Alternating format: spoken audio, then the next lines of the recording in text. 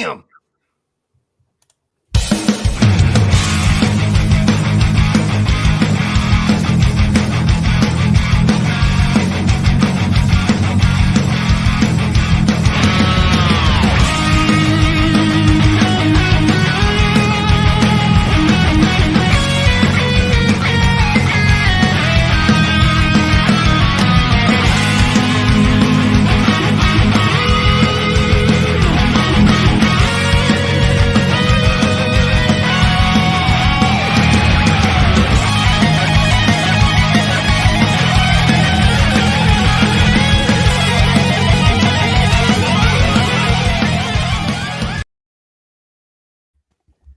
Oh, do you still not have one of these?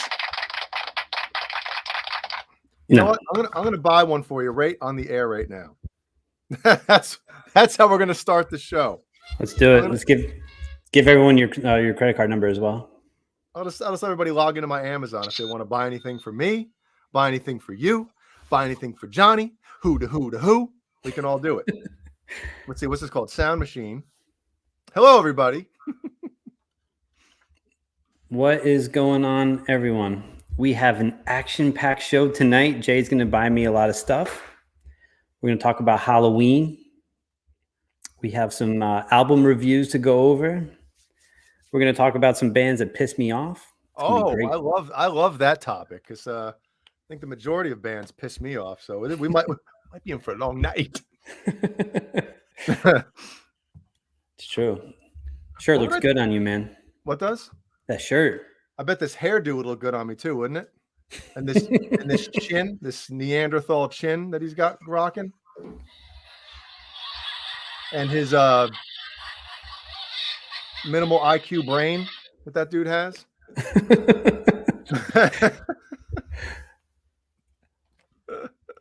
I love our Halloween colors today. Looks real good. Yeah. Oh, here it is. I found it. Okay. Ready? This is it, right? Yeah. Yeah, there it is. Okay. Let's see. Free delivery Sunday, October 31st, Brian. You're in luck. You're in luck. I'm going to order it. Sucky now. Right now. Okay. I feel like I'm the Johnny Beane TV like stepchild. Like everyone forgets about me. I don't get shit. Yeah, you're on the show once a month, the channel once a month, which I know it's not as much as everybody else, but you're a part of the channel, right? You participate, you put a lot of work in, more work than I do for one show. But there's no BPB, Boner Jams, what's it called? Drawings or animated stuff or anything. I feel like, we got to make that happen. We got to make emojis. Yeah. No, nothing. That's all right. Let's verify your address on live on the internet, Brian. Sure. You ready? It's well, why don't you just send it to my office? It's probably I'm going to send it to Wrigley Field. What's the address? Sheffield Ave, I think. I already got your address in here. All right, cool. We send each other stuff sometimes.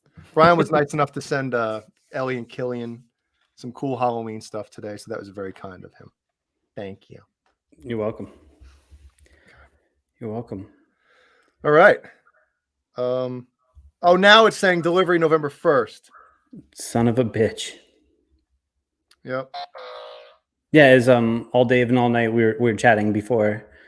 I think we need if we do have a Boner Jams emoji, it would just be like a 5-head. It'd just be all like barely any like face, just huge forehead.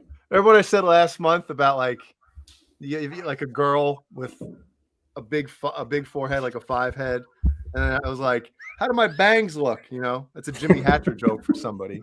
So have a side of the face and have it like up here, like the LeBron James before he had plugs put in.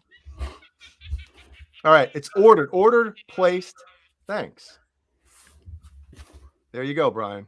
Thank you. You're going to be officially. Where is it? Oh, that's not it. There we go. All right. Happy Wednesday, October 27th, everybody. Again, if this is your first time joining the Metal Wednesday show. We do once a month, last Wednesday of every month, obviously. Like and subscribe. Like Johnny just put the subscribe thing up there. John BL. I hear myself echoing. John BL. So yeah, take it away, Brian. Let's do the particulars. I don't like doing them. You got it. Okay. Bring it up. Become a channel member. Click the join button, please. And my chair keeps squeaking, so my apologies. Got to bust out the WD. And the executive producers on Johnny Beane TV, we have Dave Ennis, Vinyl Freak 5150. I don't know. Vinyl Freak. Oh, new name there. Ooh, Mike Neese, Music Therapy Laz, Majestic Peanut Butter and Jelly Cat, Wayno, Positive Flag, Andy Carson, Michael B. I always say it look. Thank you for changing the font. I always thought it was like Ahabs, but it's Arhabs.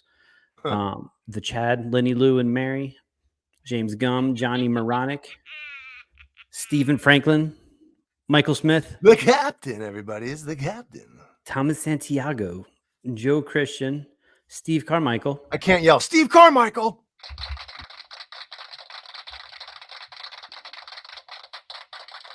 Yes. Become a channel member. Click the join button. It's pretty easy. I figured it out. Did you? Also, go on to Bookface. Link is in the chat. Leave a review. Tell everyone how awesome Johnny, Johnny Beane I don't know TV if you're is. here, but do we have? Has anybody posted a review yet? Is that an updated screenshot? No, this is old. I gotta redo most of these cards. Oh. So leave a review, please, about any one of these videos, about this channel, about what you're having for dinner. About any of us? Yeah. It's all good. I like reading negative comments. I'm serious, man. Drop them below in the comments. I'm kind of the opposite. I like when people, as long as it's not like just off the wall, like personal stuff. Like if you don't like what we do, if you don't like what I do, whatever, I think that stuff's funny. It's true. Jay doesn't care. It's like, oh, Jay, this person thinks your band's good. Okay, cool, fine, thanks. Oh, Jay, this person thinks your band sucks and blah, blah, blah. Oh, really? Let me read it.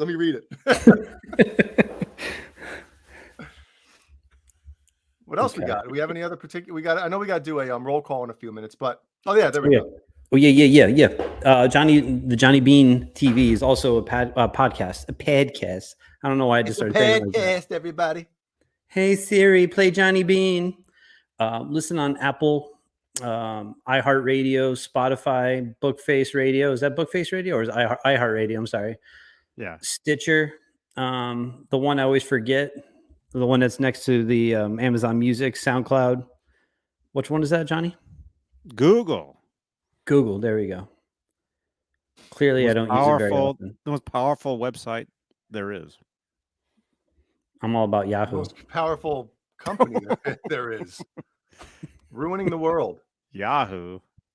I go ask Jeeves, Yeah. No, coming soon to AOL. DuckDuckGo, man. Serious. Okay. Can we see the card or the promo for this Saturday night's special?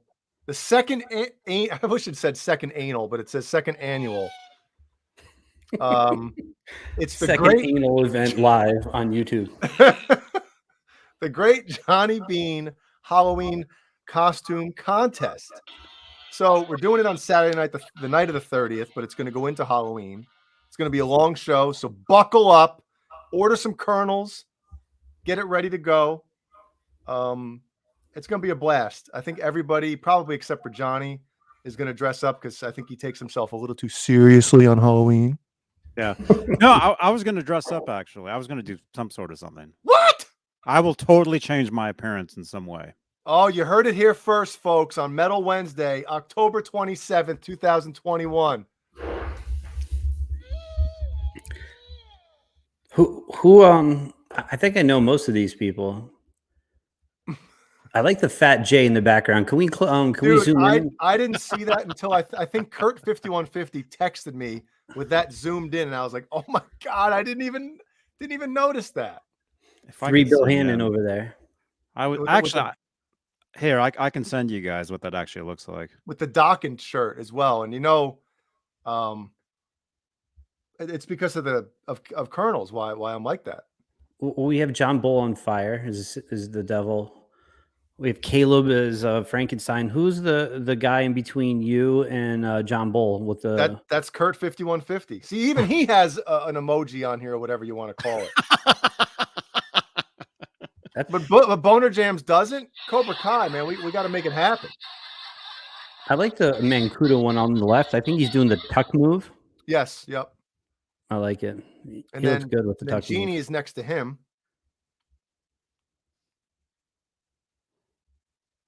Hello. Wow. Was Genie dressed up as Johnny last year? Get it? Yeah. There you go. I'll be there Saturday. I look forward to it. Awesome.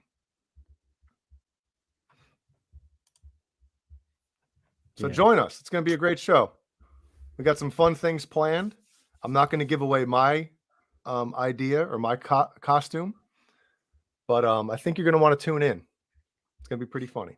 Well, don't we have some giveaways we're going to do on Saturday too? Yes, we have Colonel's Gourmet Popping Corn, as Mancuda calls it. They're going to be giving away a couple prize packs. I know Gizmachi is going to be giving away a couple CDs, maybe a couple shirts, Brian, maybe? Yep. Yeah, a couple shirts. Okay. That'll be fun. Johnny, anybody else contributing or no? FU Tone is contributing. Yes. Here, I'll send you they sent in a photo. I'll send it to you right now. You're Jay Hannon. There we go. On Messenger. Neanderthals giving out some chest hair. It's gonna be great. What? Amanda says she will not be dressing as me this year. Wow. Oh, that sucks. But then again, that guy that was at that party dressed up as me, so that's okay. Inside joke. She sent a picture to Jeannie of some get-together she was at. And it was literally this dude had the same red V-neck that I love wearing. I think he had the backwards hat on too. And I was like, Jesus. That was pretty funny. And yes, the chat asked, Jeannie needs to dress up as someone. She's dressing up this year. Again, dress up as me. We're getting calls already. Holy crap! Really? Is that on Brian's end? Or is that? Let me see. All right, we got a call for you guys. Problem is he can't hear you guys. Here we go. Hello, you're on the air. Hello. If I don't win anything on the Saturday night Halloween costume special, I will find you.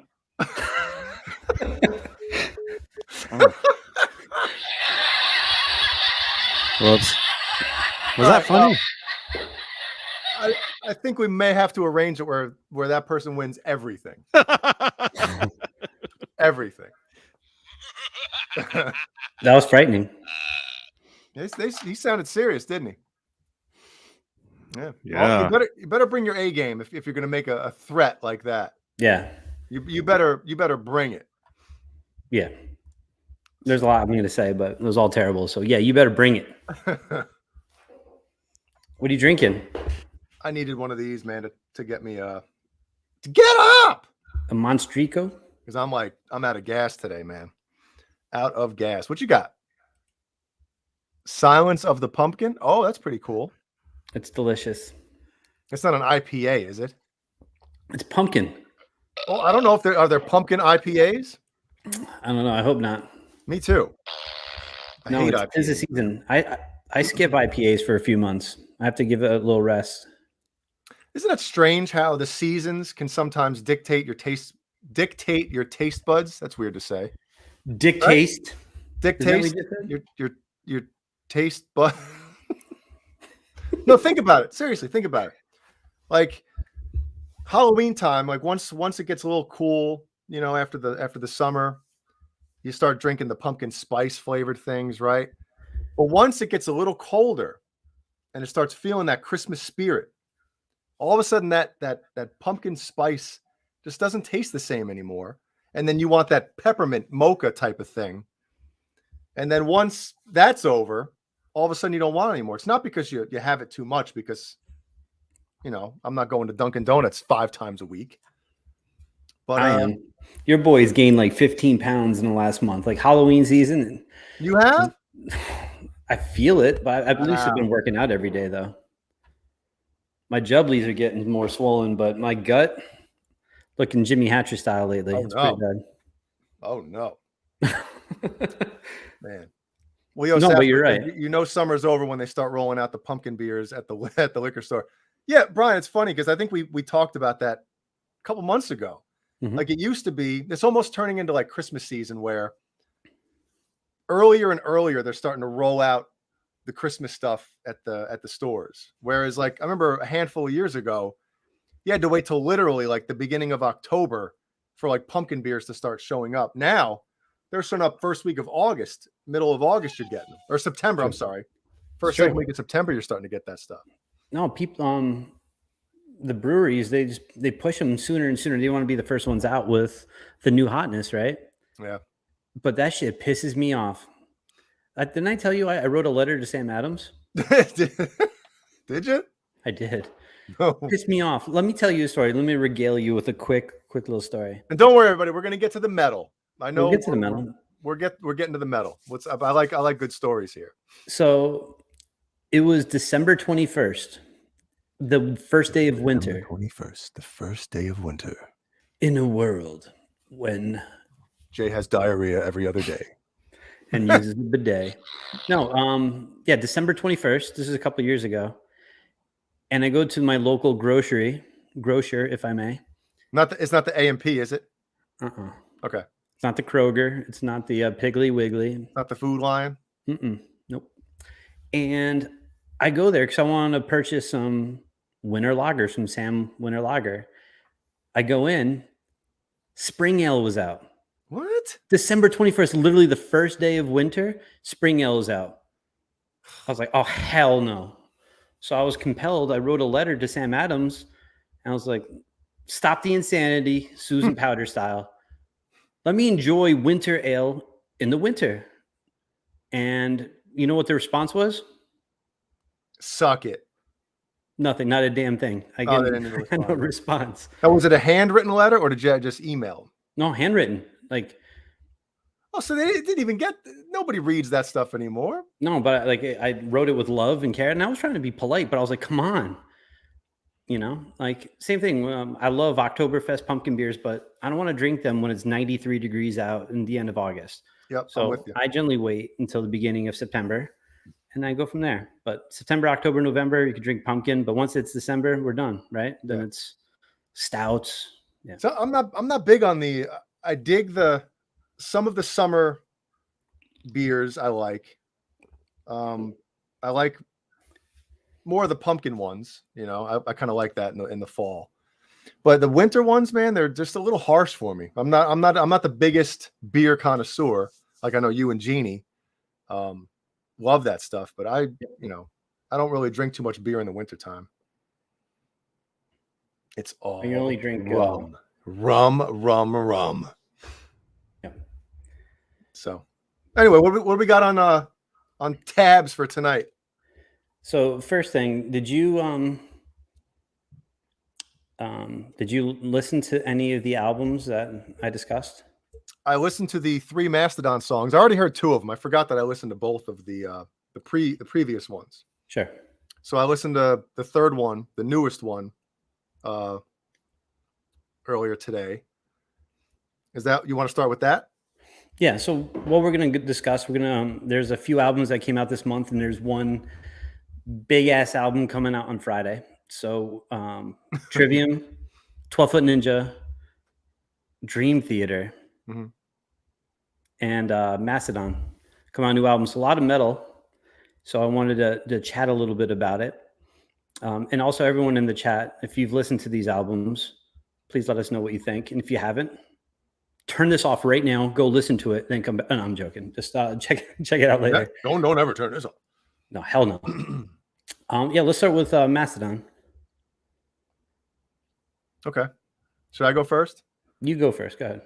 So the thing I love about Mastodon is that nobody sounds like them. They are one of those bands, and it's multiple. It's not just one thing where like you listen to a band and you're like, okay, I know that guitar tone, or okay, I know that drummer, or okay, I know that singer. Literally everything involved in Mastodon, every level of even somewhat the production as well, but the drum sound, the guitar sound, the bass tone, the vocals, like they all have very unique things about them. And regardless if you like the music or not, you have to respect that. In this day and age, when 90% of, especially in metal, well, I don't want to say just in metal because pop music, rap, country, nowadays it's hard to separate yourself from everybody else. There's a lot of bands that just sound the same. It's what it is. So especially after this long of a career that they've had, they sound like themselves. And I dig Mastodon a lot. But it's weird. The 3 songs that are out, the newest one is over 6 minutes long. And usually I see that and I'm all over it, especially with a progressive type band like Mastodon. You're thinking, oh, hell yeah. They're going to be doing some, maybe I'll have the song, bridge comes, go off on a little tangent here and then bring it back. Whereas actually I like the 2 shorter songs more than the longer song. And I'm terrible at names. I'm the type of person, unless like it's an older album, a classic album that I grew up with, it's hard for me to recognize or remember names of songs, especially with the whole streaming thing, right? So Pushing the Tides you like, right? Yes. Yep. That's cool. What about which one? Tearjerker or Sickle and Pickle? No, I'm Sickle and Pickle. Sickle and Pickle. I'll pull up my my Spotify and see. Sickle and Piece is the one that came out. Forged by Neuron. That one's, I think, the first one that got released. What? Right? No, Pushing the Tides was the first one that came out. That was last. Oh yeah, Sickle and maybe I missed one. Sickle and Peace is the new one. Yeah, that came out last week. That's the one that I was pumped, but I felt like it kind of, like when I see a song that's over 6 minutes long, you kind of expect it to, like I said, branch off and do something crazy and bring you somewhere else. Whereas I didn't feel it really did that. I was waiting for that to happen and it never did. So that being said, I still like the song. They're one of those heavy bands that doesn't have to be heavy for it to still be good. A lot of metal bands like, oh man, that song's not heavy, I don't like that. Where these guys, they can literally do whatever. And like I said, it still sounds like them doing some different stuff. And I appreciate that and like it a lot. So, but yeah, I kind of like the other, maybe I screwed up. I listened to 2 songs out of the 3, I guess. Maybe Teardrinker I didn't listen to. Yeah, Teardrinker came out about a month ago. So Pushing the Tides came out first, then Teardrinker, and Sickle and Peace came out last week. And the album Hushed and Grim drops Friday. So I'm pumped. Everyone in the chat, what's your thoughts on Mastodon? If you have anything bad to say, prepare to fight. No. They're great. Cool dudes too, by the way. You toured with them. Yeah. We did obviously the Ozfest thing, and then we did in Europe, I think in Denmark, we played a show with those guys. Very cool dudes. And then they came out to see us in 2006 when we played at the Masquerade in Atlanta. They came out to see us. Like, what are those guys doing here? They're here to see you. I'm like, oh shit. Okay, now we're really gonna suck, Yeah, Sean Mahoney in the chat likes the new Mastodon song so far. Leo Safko, he likes Mastodon. Saw them open for Priest. Should be Priest opening for Mastodon. That's how awesome they are. Yeah, that's the thing too, is Mastodon, they can kind of play with any band that's kind of heavy and up until brutally heavy. Mm-hmm. I saw Mastodon a bunch of times. I saw them once with Gojira. I saw them. No, I was gonna say it was Gojira and Slayer. I saw Mastodon with Slipknot a bunch of times. Yep. So what do you think? It's great. Also, you're a little tougher to please, if I can say that politely. It's not what my wife says, but go ahead. Mastodon can come out and like I said about Slipknot, they can come out and just fart for an hour, and I'll be like, "This is the best shit I've ever heard." These are the best farts I've ever heard. I would love it because it's them. Mastodon's so good. I have a man crush on Braun. I love him. I just think he's amazing drummer. And his vocals really added an extra element to that band. Absolutely. Some of those songs when he started singing, I was like, Jesus, this is killer. Absolutely. Yep. So if you guys are not familiar with Mastodon, I know maybe a few of you might not be, but they have 3 singers. Mastodon has 3 singers. Yep. Ron, the drummer, sings. Troy, the bassist, he's probably, I would say, the lead singer, right? And then I guess when you watch them live, it's kind of like he's the front man, the one in the middle, So yeah. And right? Then Brent, he's got a face tattoo. Don't mess with him. And he's great too. They're awesome. They just do so much different stuff. They're great. They're amazing. Ooh, false flag. I guess he's still feeling like crap. Love you guys. Do you guys dig Symphony X? I believe is that Tony McAlpine's band? I've listened to them in the past. Awesome, obviously super talented. But I mean, it's not something that I'm gonna throw on. Yeah. I don't know much about him, so I really can't comment. But it's probably not my cup of tea. No, I don't think. I would put it kind of in the category of as far as that technical kind of stuff, like a Dream Theater ish. If you were going to put that CD in a metal category in a store, Dream Theater, Symphony X, that type of thing would kind of be in the same section. Right. And false flag, feel better, man. Hope to see you on Halloween. Hope you definitely feel better. False Flag has a new album coming out. I think he just finished tracking it the other night. So I'll be excited to listen to that when it's released. Absolutely. Look forward to hearing it. Yep. Yeah. Feel better, man. Thank you so much. Ashley Moore, preference, thrash metal versus melodic metal from Matt. Oh. Hey, Ash. And Jay, do you want to answer that one? Well, I guess it depends. Man, that's so hard. Like if you're talking about mid to late, I guess it would be mid, but 80s thrash into early 90s thrash. I love that stuff, man. You're talking Metallica, Anthrax, Megadeth, Slayer, Testament, all those bands that basically laid the foundation for everything metal that followed. But melodic metal, if you're talking like Soilwork, and stuff like that, where you get the heaviness, but you also get the melody, which there's only a couple bands that I can listen to that don't have melody and I can be okay with it. Meshuggah obviously is one, some of the Cannibal Corpse stuff, but I can't listen to like a full album of Cannibal Corpse. Wait, did you say Meshuggah is melodic metal? No. What I'm saying is there's only a couple bands that don't have like melodic vocals at all. That I can listen to. Like Meshuggah, I can obviously listen to all day because they're just on their own planet of what they play. And I love all that stuff.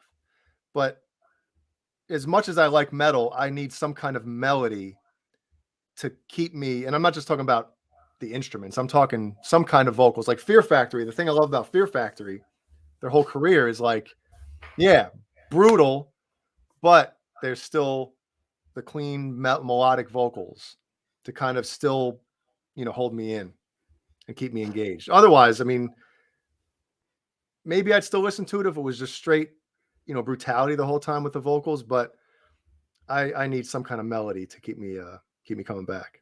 Agreed, 100%. So definitely thrash for me, because we'll get into another review of Dream Theater, which album was terrible, but we'll get to that in a moment. But you're not a Dream Theater fan anyway, so it's not like you were pumped for this record to come out and you're like, oh, they let me down. I didn't even realize it was coming out until you guys were talking about it so much and sending me all these pictures of Labrie and the sway I can't even do it. The slalom, the speed skating move he does on stage. I want to mention a comment from Ashley Moore up a little higher. This has to be her husband. Only real men with huge cocks drink amaretto sours. Amaretto sours. I've had that before, right? Shit is delicious. You that's what sounds like farts. It's not your chair. You have bad gas tonight, and you're just blaming guys. I need to move my chair up. There it is. But I saw that and I was like, wow, okay. Yeah. Are we moving on to the Dream Theater now? In a second. Okay. Real quick, Magic Man says Pantera is the best album name ever. Vulgar Display of Power. Who knows where that came from? Vulgar Display of Power. Is it from a movie? Could it be a Halloween movie? Does anyone know what it's from? That's a great question. I think I've always wondered that myself, man. Because it's such. I know it. Do you know it? Of course. Well, let's see if anybody in the chat knows it. As Johnny would say, in the chat. I bet Johnny, you know it, right? he's got the Vulgar Display of Power poster on his wall behind him. I have no idea. We'll give everyone a couple minutes, but it's It's is it something interesting or cool where it came from, or is it just like? It's awesome. Okay, all right. But real quick, no looking it up, everybody. If you don't know it, don't say it. If you look it up, I know it. I'll know it. I know you're lying. I can feel it right through the chat. Sons of bitch. Anyway, I want to finish the Mastodon real fast, if you don't mind. Oh, yeah. So, I love Mastodon. One of my favorite bands. We already talked about it. I listened to Fart Fest 2K21 if needed, but I'm real pumped for this album. There's a handful of bands I get real excited for. Mastodon's one of them. Gojira, Slipknot, a few other bands, but I love Mastodon. They haven't put out a bad album. I'm real excited for this. And wait a second. What? They haven't put out a bad album? No. Hold on a second. And again, I love Mastodon. Oh, let's look this up. The Hunter. That was a good album. It was probably their. Hold on. It's okay. It's easily like their worst album. Like when not bad. I was pumped. I was pumped for that album to come out. Mm-hmm. And then I remember listening to it and I was like, because I think the first song is like, hell yeah, this album's going to be awesome. And then it kind of just doesn't reach that, again, it's hard to write good music. Right. It's hard to write good albums. It's hard to continuously throughout, how long of a career that they've had. That album came out in 2011. It did. So they were already 9 years into their career. Black Tongue is one of their best songs ever. That was their 6th album. Mm-hmm. So it's hard to write. And then I think they've gotten better. Yes. Since that album came out. I have to say The Hunter is probably my least favorite of their albums. Mm-hmm. But there's definitely some bangers off that album. Not consistent though. But the record that came out after that, Once More Around the Sun. Full of bangers, man. Top 3. Yeah, that album's great. Like Halloween, great song. 'Tis the Season. All right, so before I go on a little further, but Mastodon, pump, can't wait. I'll give everyone my my assessment next month, right around Thanksgiving. So it'll be great. Pantera, Vulgar Display of Power is from Jay. Anybody get it? No one got it. Oh. Well, the Chad says, Chad, type it in if you know it. I'm really disappointed, people. Chad, I'll give you a second, Chad. If you know it, I'll let you type it in. We got 42 watching just on YouTube alone, which is pretty cool. We'll do a roll call in a little bit. Okay. Is he right?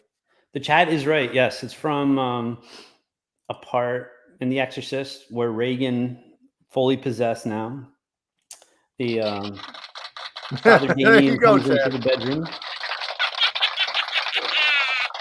And everybody, Boner Jams will be able to do this next month. So yeah. So Father Damien comes in the room, and Reagan asks to untie the straps, and he's like, "Well, if you're the devil, why don't you do it?" And she says, "There's no need for vulgar display of power." Boom. There you go. So who was the one in Pantera that said, "Hey guys, what about this for an album title?" It's Philip H. Anselmo. that was a great. That was the best imitation I've ever heard you do. Oh Thank my you. God! Don't do it again because it'll ruin it. Okay. One and done. Hit it and One quit done. it. That was pretty good. Thank you. I aim to please. So, yeah. And what about Definitely, Far Beyond Driven? Is that just them? No, that's from another movie. Is it really? No, I just made that up. No, just vulgar display of power is the only one I know. Now, fun fact: Vulgar Display of Power is in my opinion, top 2 greatest heavy metal album of all time. Yep, Iowa and Vulgar is your 2 favorite ever. No. Justice and Vulgar are my 2 favorites. No, I know. Vulgar is one of my top 3 favorite metal albums of all time, but it's not my favorite Pantera album, which is weird. Well, it isn't weird. It's weird to me, but it isn't weird to me, it isn't weird for me because it's not like the first Pantera album you heard. Right. So a lot goes into it when that happens. Right. And like Slipknot, Volume 3 is my favorite Slipknot album, but Iowa's one of my favorite metal albums ever. So wait a second. So you think you like Volume 3 more than Iowa, but you think Iowa is ranked higher on all-time metal albums? Whoa.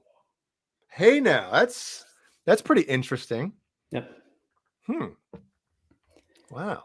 So yeah, and then Justice is Metallica's best album, hands down, not even a question. Yeah, they were on fire. Poos all over the Black Album. Even without the bass guitar. But think of it this way. Now, anybody that's like any production or mixing or whatever, everybody knows that to get a great guitar tone, especially in metal, if you want a great guitar tone, you got to get a great mean bass tone or bass sound because it just fills it up, adds a little bit of distortion, just weight to it, right? Yeah. That's how great that distortion is on that album. The bass doesn't even need to be there, and it's like, hell yeah, to listen to that guitar, man. If that was any other album, you take out the bass, it's like, geez, listen to those thin guitars. In metal, I'm saying, not rock and everything, but metal, you really need that low end and extra that chaininess from the bass guitar to really fatten things up.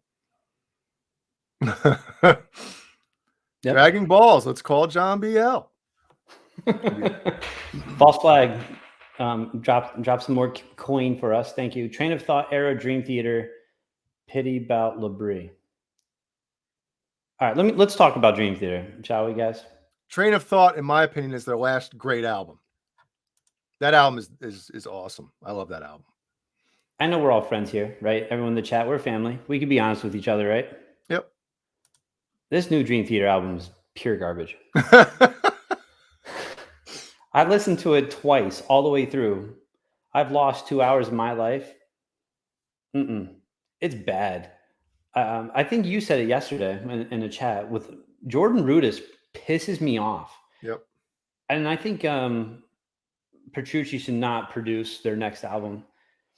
100%. I don't like the sound sounds crappy. I think at times the guitar overpowers everything. I think then sometimes what Rudess does overpowers it. Like there's one song, the very beginning, I think it's called like Awaken the Master. Yeah. If I recall. It's like that. I don't know. There's only like 5 songs on the album. It's 14 hours long. Yeah, pull it up. 14 hours. I'm pissed about this album. Awaken the Master is the 6th song on the album, which is like 50 minutes in, guys. Like I like some long songs here and there, But this album's it's 7 songs. It's an hour and 10 minutes. No, thank you. Awaken the Master, the beginning of that song with Petrucci is the shit. It is really good. Guitar tone sounds sick. I think the riff is cool. Mm-hmm. So it's about 35 seconds, and then the other hour, 9 minutes, and 25 seconds I can do without. So that's my assessment of the album. Well, as being, and the Chad says Petrucci is a badass. Yes, he is. I mean, my only problem with him is that everything is too perfect. You know what I mean? Right. I know he can play anything, but I just feel like there's, when you listen to the earlier records, you hear a human being, even though he's playing the stuff flawlessly, but it still sounds like a person's playing this stuff. Right. And, for a long time now, it just feels like everything is just perfect and perfect and perfect. The drums are all, quantized to the grid, and it's like, it's missing the human element. And I think in music that's that technical, I think it needs to have a little bit of human element to it, just to kind of let you know, like, yeah, listen to these guys. Everything they're playing is flawless, but you could still tell that a band is playing it. And everything's not fixed or punched in to fix every little tiny, minute flub that might be there. And again, being an old school Dream Theater fan, I get excited every new album that comes out, and it's hard. That first album, what was it, 92 or 91 when Images and Words came out? And I know these guys aren't in their 20s anymore, and it's hard to, like I said earlier, it's hard to write great albums for an entire career. It really is. Yes, Mangini's still on drums. But it's just kind of like, very safe. It's the same formula, and I know they have a formula that works. But again, they'd need somebody else in there to kind of like, hey guys, let's, especially vocally, right. I know Petrucci's producing the whole thing, and he's producing Labrie's vocals, and I don't even know if Labrie writes the melodies. I think it might be Petrucci as well. Who knows? But can we talk about this?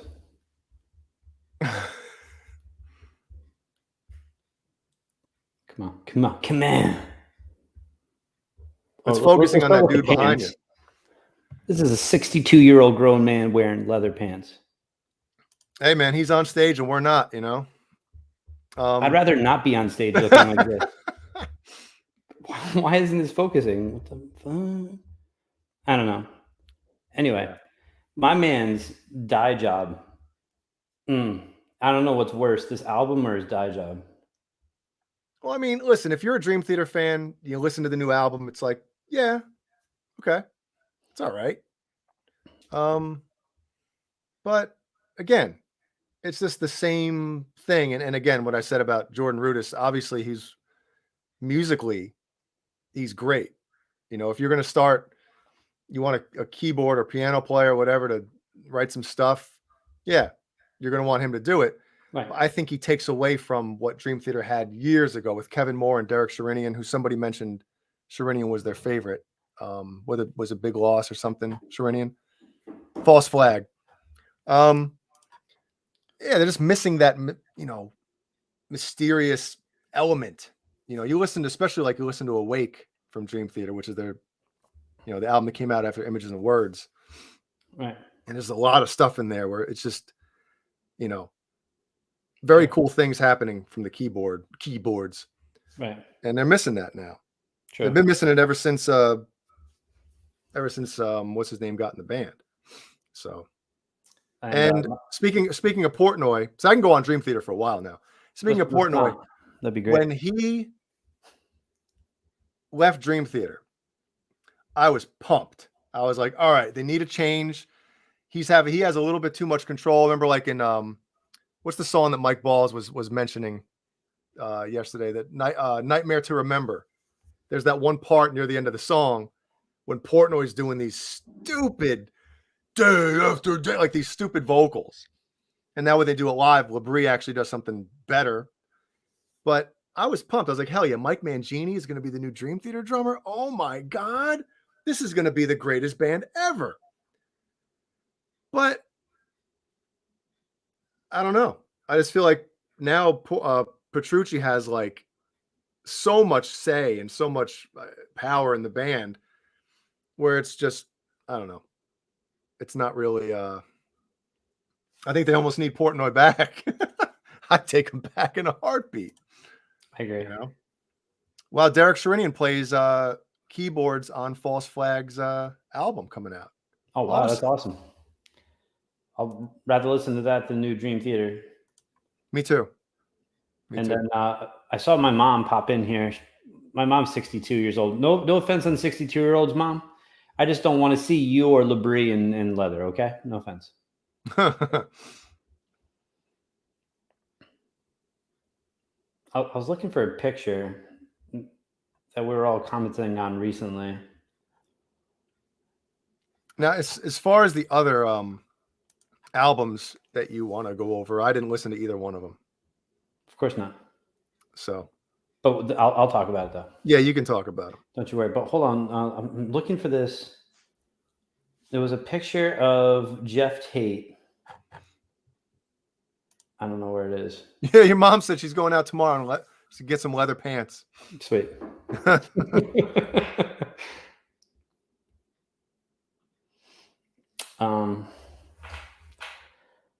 All right. So the other two albums I want to chat about, and also too, one thing I know this goes without saying. Everyone, when we're here, we're family, we're friends. Let's all make sure we take care of each other, be nice to each other, and that's real important. Everyone should be coming here and feel comfortable and say whatever and make fun of me and make fun of Jay's huge nose. So, we're here. Let's have fun and let's be nice to each other. Little PSA from be mean to us, be nice to each other. How about that? Right? What's that? They can be mean to us, but they got to be nice to each other. Yeah, absolutely. Absolutely. Okay. First album that came out this month, which I was real pumped for, is Trivium's new album. I believe this is their 10th album. Actually, I don't believe it. It is their 10th album. And I know they really got their start with touring on Ozfest and staying in the same bus with you guys. So that is correct. Before I even go into this album, like you've seen obviously what Trivium's been doing, and they work real hard. And we talked about it last month with Josh. But from where you met them to where they are now, what's the biggest difference that you've noticed? I don't know. I would just say, again, with my giving credit to bands that, I might not be the biggest fans of their music per se, but you got to give credit when you know that people work hard at what they do. And, I know from personal experience, once things get hard in a band, when you're dealing with 4 other people and the business of being in the music industry and all that stuff, when things start to kind of go sour, and again, you're not making any money. I'm talking about us, not Trivium. Right. It's very hard to kind of continue when you see things, not going like this or not even going like this. When you start to see things start to taper off, it's very hard to stay 100% into that. And you're not saying quitting and all that stuff, but just, sometimes real life starts to set in, when you've been doing something, trying to make a band work from when you were 15 years old or whatever the hell it is, and then you're in like your late 20s and you start to see things, again, like I said, not go the way you thought they'd be going. And then you start to, lose a drummer and then can't find one, and tours are falling apart and not happening, and relationships in the band start falling apart. It's hard. It really is. So for those guys to still be like just at it, and again from Josh Wilbur, who works with those guys, who's worked with them a handful of times now, he said it. They might be the hardest working band in metal. So you got to give credit to people that work that hard at what they love doing. Yeah. It's not always going to be easy, and but they still do it, man. Definitely. So And I think the only different member from when we were on Ozfest is the drummer. They've had a few different drummers since then, but they have the same, obviously, singer / rhythm guitarist, lead guitar player, and bass player. Right. So credit where credit's due. But I have not heard the new album. I was told to listen to it. I have not yet. I apologize. So they're 10,000. Dude, you got to be sitting on a whoopee cushion, man. You really do. No, I'm sitting on Delaney's like purple chair. And, I don't know, but it's also, I'm sweating profusely. It is like a Turkish bathhouse in here. I'm dying. Do you have air conditioning in your house? What's that? Do you have air conditioning? It's cold out. It's like 50 degrees, like 48. It's not warm. Open a window. Open a window. I know. I'm going to bust open the window in a moment. But yeah. And then you're going to be like, dude, feel these. Feel these.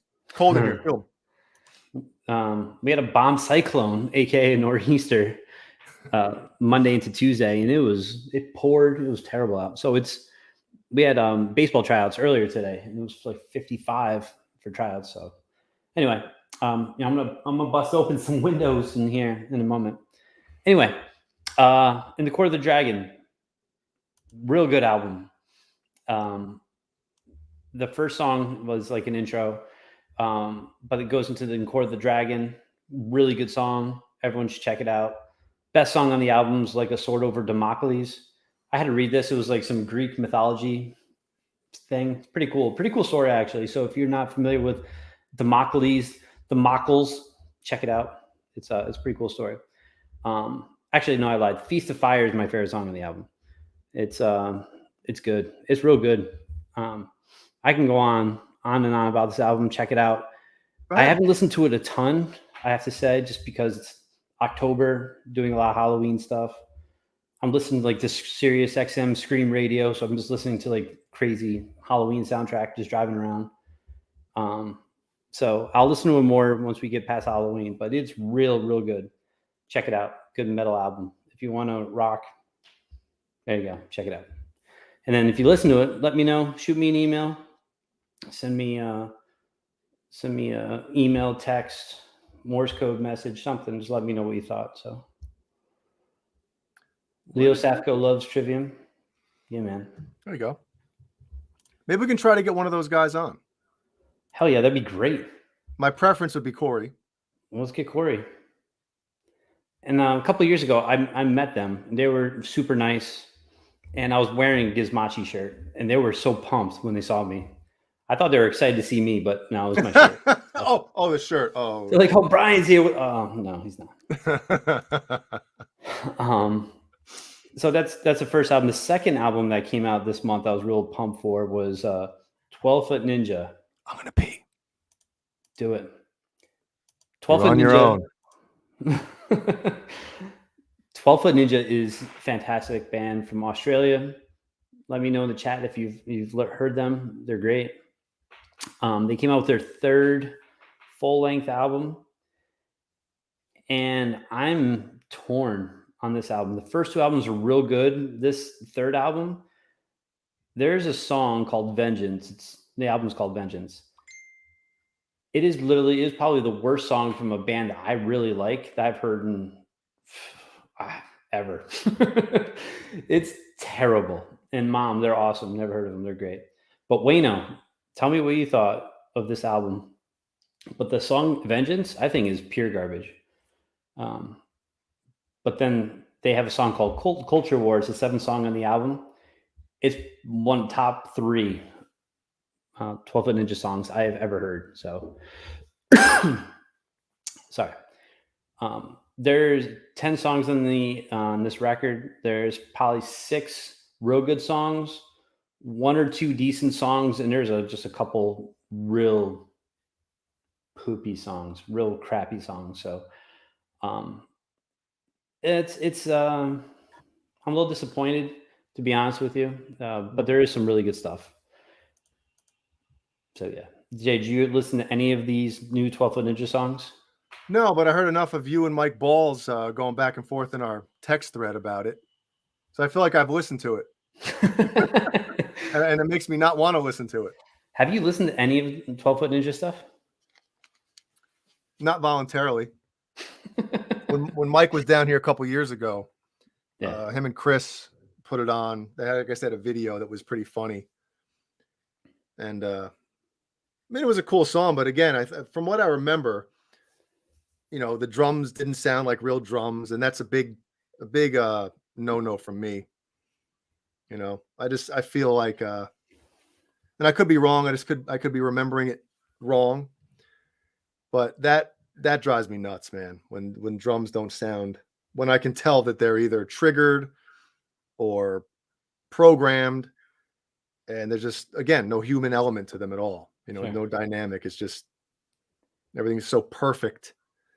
I don't like that a lot at all, really. It's funny, I don't like calling bands and musicians out and stuff, but it really ticks me off. Yeah, and plus I've been listening to Dawkins still. Wayno says he's right. I'm still listening. Yeah. Oh, we have Joe Brown says you're hot garbage. Thanks, Joe Brown.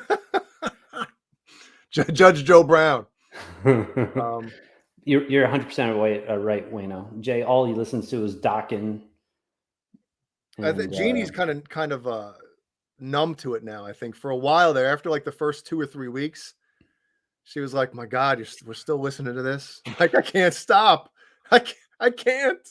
It's like I feel like I've missed so much from in the 80s with Dawkins, even though I think like they have like 1.5 great albums, but that's my opinion.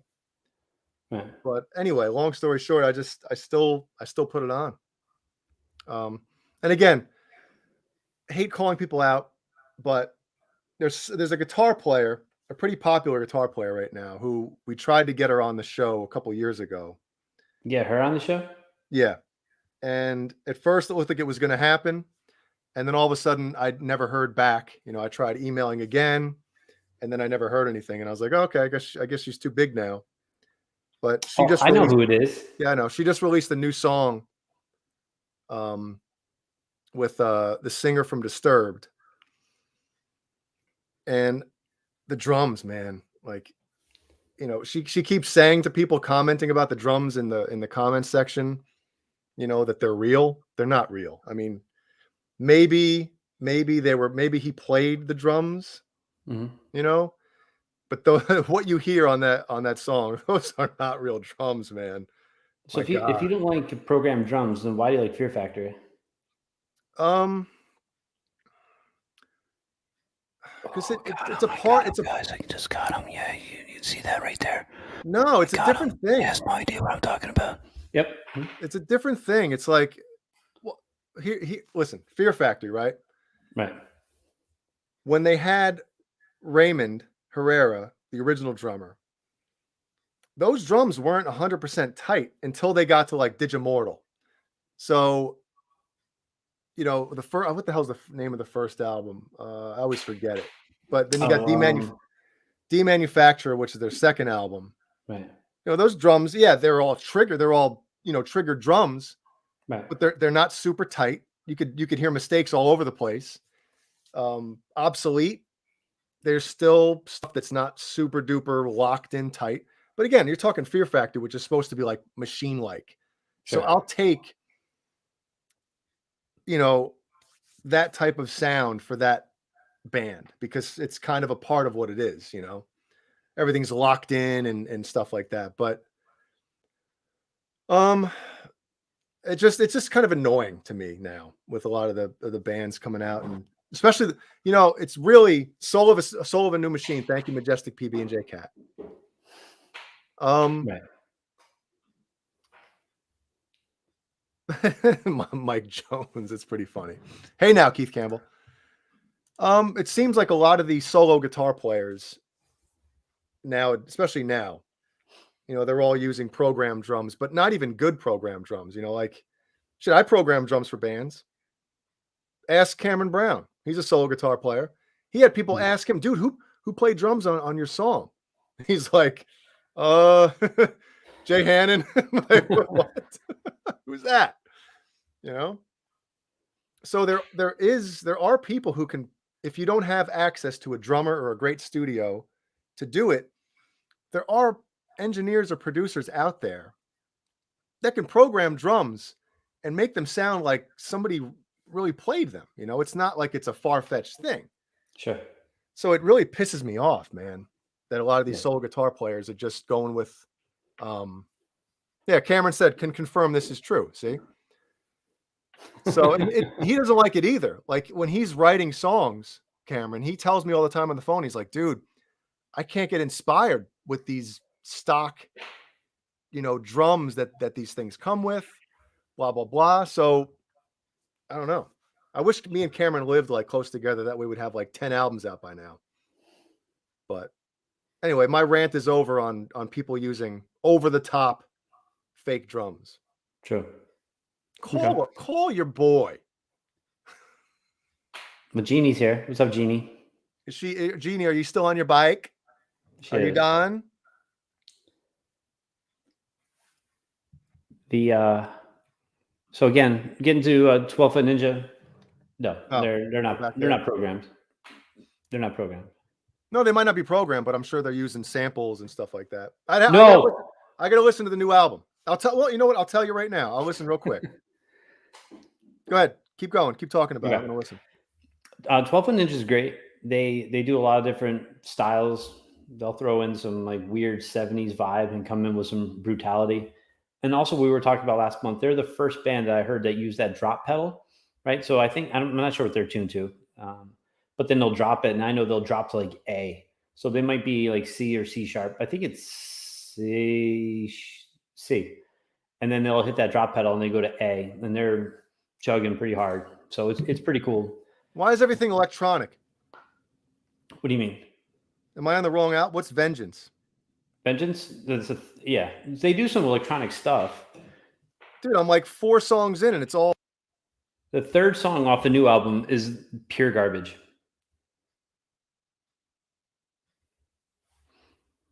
They do electronic stuff. Yeah, these drums sound okay. Yeah. I'm fine with that. Yeah, you are. Okay. Mm-hmm. I'll take the L. But yeah. Anyway, I think Wayno said it. Let's let the album breathe. I'll give it some more time before I get my full assessment. But I wasn't loving this like I liked the first 2 albums. So I'm a little disappointed in that regard. Like I didn't get that initial wow factor, you know? Like I'm all about getting some, like you hear a riff and you're like, oh man, you get the goosebumps, chicken skin if I may. Wait, you call them goosebumps? Goosebumps. I thought you said goose pumps.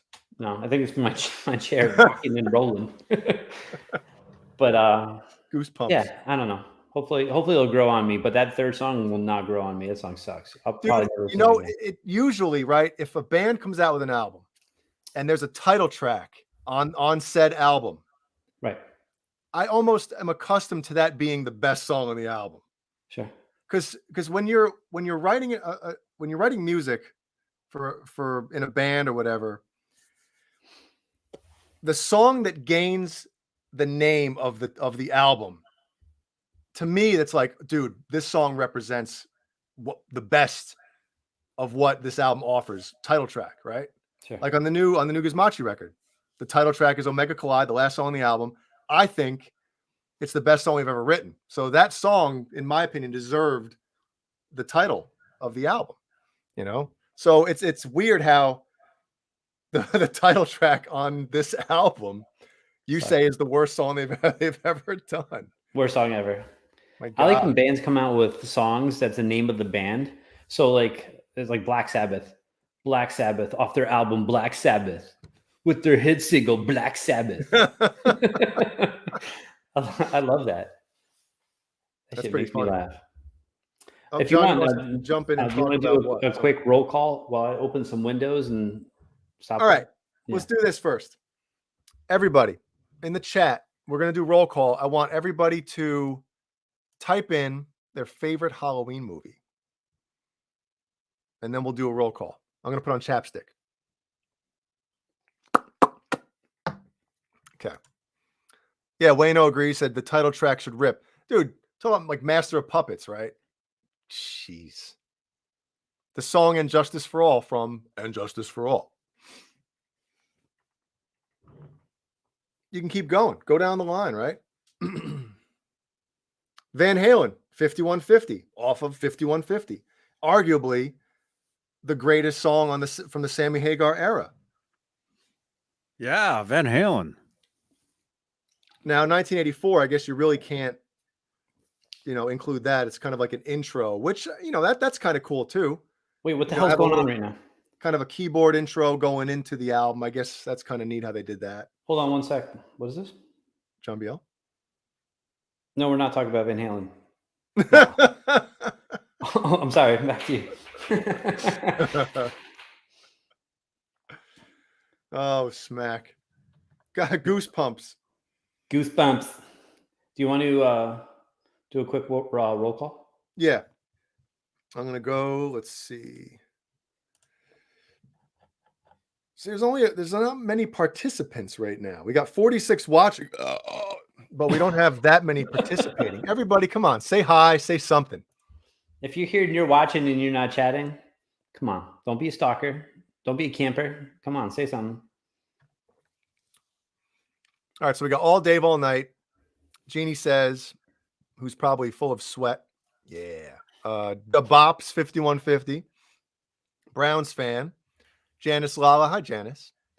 Johnny Beane. Keith Campbell. Kurt, 5150. Thanks for sticking around, Kurt. We'll hopefully see you on the Saturday night Halloween show. Cameron Brown. Did I say him already? Gary Bucknoff is here. Hey, Gary. Dan of New Jersey, fret level. Now we're rocking. See, now we're rolling in here. I'm going to have to start over. Boner Jams, Browns fan, Cameron Brown, DeBob 5150, Dan of New Jersey, fret level midnight, Gary Bucknoff, Jeannie says, Janice Lala, Jimmy Ray Hawkins, Johnny Bean, Keith Campbell, Leo Safco, Majestic PB&J Kit, Mark FX, Mike Jones, Nightbot, The Dreamer's Life. Have I seen that name before? Vista Light 1972. Wayno and Ashley Moore is back. And everybody else, our Habs. And I hope I'm not missing anybody. If I'm missing you. And Joe Brown likes to participate, so that's good. Taylor 315. Yes, this is the mostly Van Halen channel. But not tonight. Every last Wednesday of every single month, we do a metal show. Because although I do love Van Halen, favorite band ever, I love metal. Wait. What? You just said Van Halen's your favorite band ever? Yeah, they are, man. Come on. I thought Metallica was your favorite band ever. Favorite metal band ever. Come on, man. Favorite metal band ever. So you're Dude, I've liked Van Halen ever since my brother showed them to me. They've never left. And there was a point, dude, in the early 90s. And was this after the Black Album or before the Black Album? I'm trying to think when this was, but actually I was thinking that Anthrax overtook Metallica in my on my favorite metal band list. Yep. What? There was a time. Wow. There was a time that Anthrax was like, oh my God, I think I like Anthrax more than Metallica. Is this pre-John Bush or post-John Bush? Oh, pre-Bush? Oh, pre-Bush. Yeah, I prefer pre-Bush and post-Bush. Even though I will say that The Sound of White Noise is a really, really kick-ass album.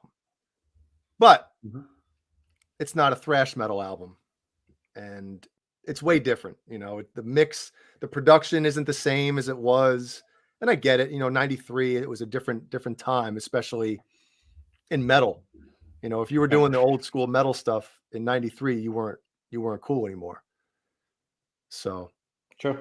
And I get it. I have a lot of friends who prefer the John Bush era, which is fine. Not me. But I, from 87 or whatever, was the first time I heard, and I didn't even know who it was or what it was. My brother had the second side of Among the Living on a cassette, only side 2. And I used to listen to it playing Space Harrier on the Sega Master System. And I had no idea who it was, what it was. All I know is I was like, this is cool stuff, Sure. But anyway, when I found out who it was a couple of years later, when I got into Metallica, I was like, oh my God, this is Anthrax. So So before we get into our next segment, there's a couple people have sent me emails, private messages, asking me, not you, Jay, but me, about what I think about Jim Root coming out with new signature Charvels with a Floyd Rose. Let's talk about that. Okay. Let me pull it up real fast. Here we go. Oh yeah. Oh, they're making it in white as well? Yep. Oh.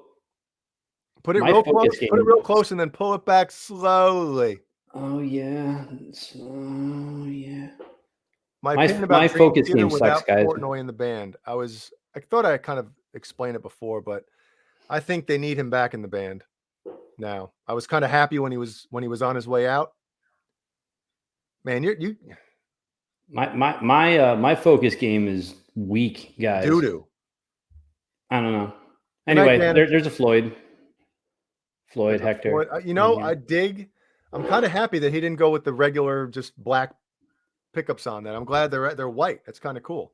So he's gonna have two. All right, so is the black one a matte finish? Yeah, it's kind of Is the like my white- Jazz Master. Is the white one a matte finish? Or is that I can't Probably tell. can't tell. That might be like the other Jazz Master where the white is not matte. so which one are you getting? The white one or the black one?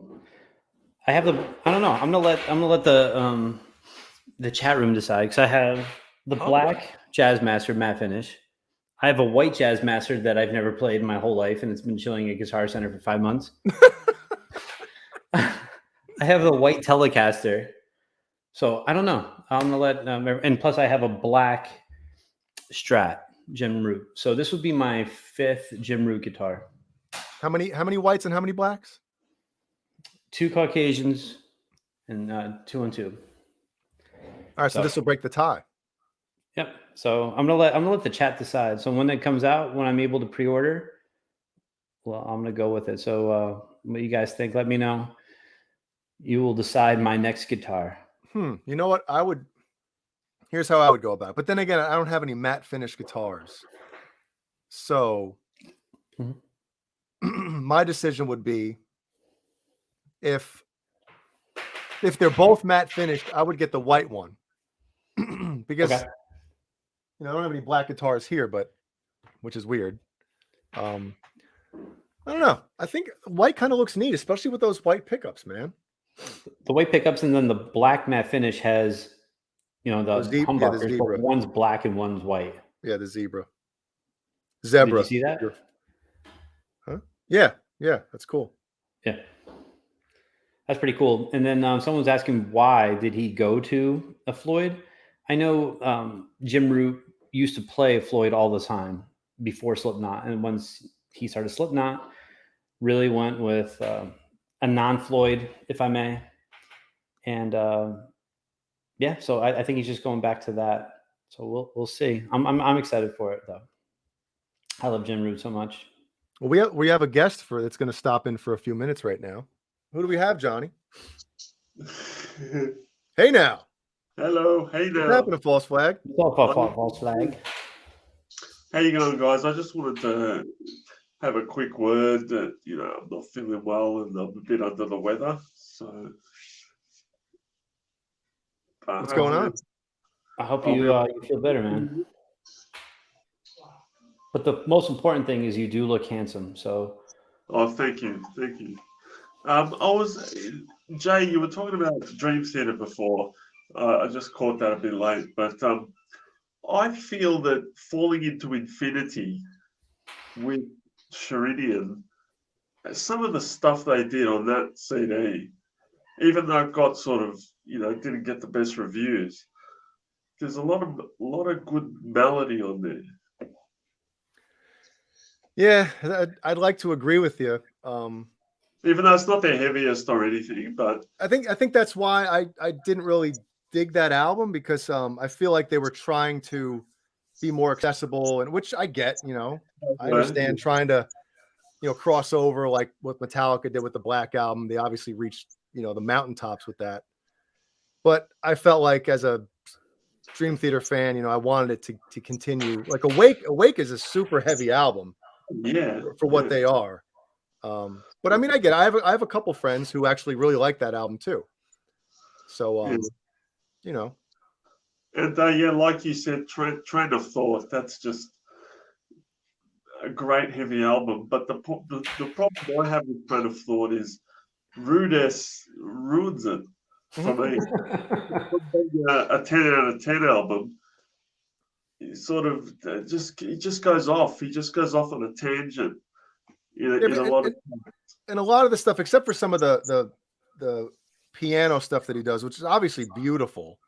Well, he's a great pianist. Oh yeah, he's easily probably. Oh, he's definitely. I think, like I said earlier, if you want somebody who can, he's probably the most talented person, musically in that band. You know what I mean? But again, it's about chemistry, and obviously they all get along, and they, But I feel like when Kevin Moore left, and obviously Derek Sherinian, but Kevin Moore, he added that element of like eeriness and just the soundscape stuff that was really like, ooh, I like, For sure. I dug that stuff a lot. So when's your stuff going to be available, man? Oh, probably the end of the year, because our singer's is with you in the States. Oh, he's here. He's here. Yeah. Oh, so basically we have to rely on him sending stuff, and I thought you said the other night that you're done tracking. I thought you meant that the whole thing was finished. Okay. Oh, apart from a few loose ends, yeah, it is. Well, I'm excited to hear the final product, man. I appreciate that, Jay. And and on Dream Theater again, sorry, but I was a big fan as well. Portnoy leaving, he seemed to sort of give them that sort of accessibility and like sort of not let them go too far off, on a tangent. Yeah. With the technical stuff. So yeah. Anyway. Well, no, you're right, because when you watch the making of what album was it? I was watching the other night. I'm sorry, not the other night. A few months ago. And Brian, I think you got caught up in the middle of this text thread when me and Mike Balls were going back and forth about it. But when they're, Petrucci and Portnoy are in there writing the stuff, like Portnoy definitely had a lot to do with the arrangements and like, oh, okay, do that riff. And then remember that other part we were working on? Let's go into that one. And then we'll pull it. Like he was definitely kind of like what Lars does in Metallica, where he, he'll like James will have a riff or whatever. And then Lars will kind of structure the song and tell, okay, we'll go back to that and then double that riff. And then we'll go back to all that stuff where, again, I think obviously Petrucci is great and all, but I think when one person has that much say and control in a band and then produces it as well, a lot of stuff can kind of fall through the cracks because it's very hard to, and you probably know this, right? When you're writing music, it's hard to take a step back and listen to it with an outside ear. It's almost impossible, For sure. For sure. False Flag, what's your thoughts on the new album?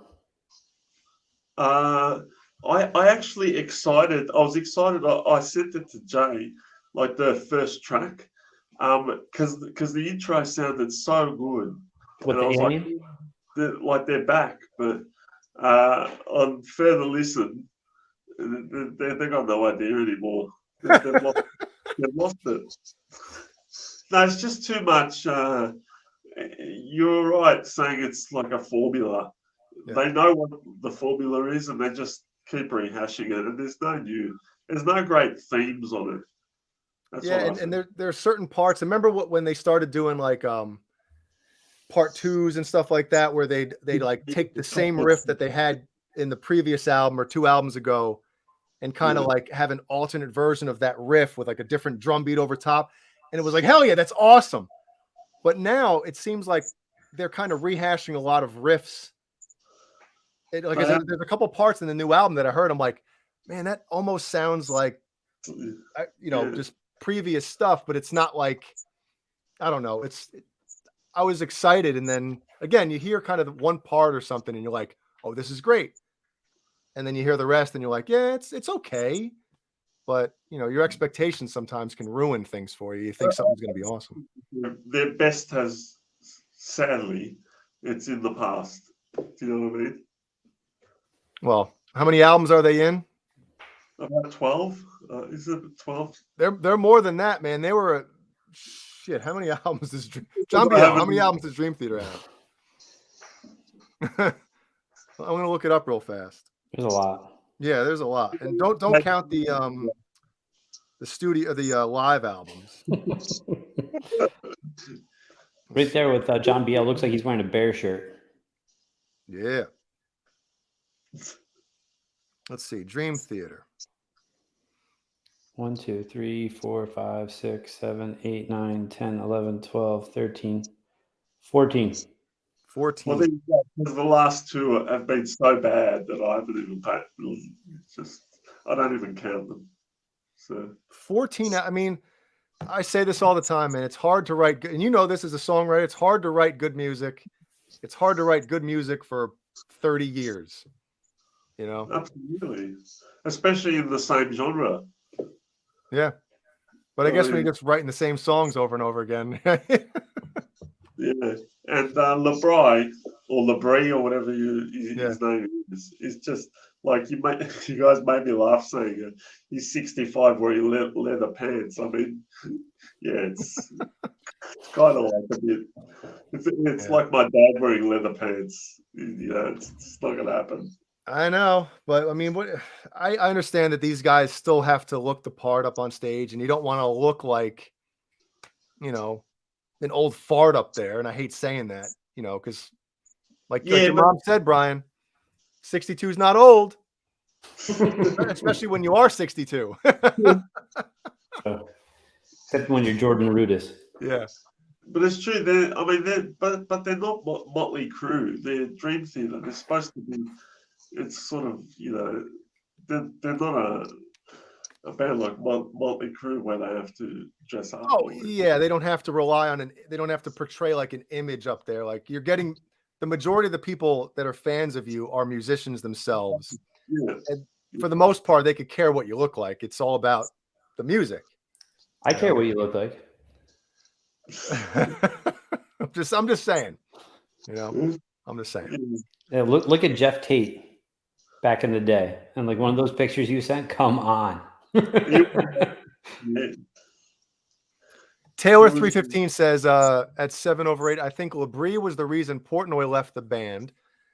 I heard he is a little bit of a douche. Well, I also heard a rumor that basically there is and this is all, who knows what's true. This is just something I heard, that there is a rift between Labrie and Portnoy, and I guess Labrie will not accept Portnoy to be back in that band. Like he's the main reason, and not that's not saying they want to like get rid of Mangini, but if something were to happen, I think Labrie is the one who doesn't want Portnoy back in. But who knows? It's all just grapevine. Somebody knows somebody. And the thing about Portnoy now is in like 3,000 bands, so there's no chance of anything happening. I don't think. Well, I honestly think that if all of a sudden he got a phone call from Patricia saying, "Hey, you want back in?" He'll take that in a heartbeat, man. Labrie may or may not be a douche. I don't know him, but his outfit is a uniform of one that is a douche. Yeah. I think those cost 95 or 1999. 1999. All right, guys, I'm gonna push off. So hey, feel better, False Flag. All right. Yeah, feel better, man. I appreciate it. Can't wait for the new record to come out, dude. Thank you, Jay. Definitely pump. Feel better, man. Anytime, man. Cool, man. False Flag, everybody.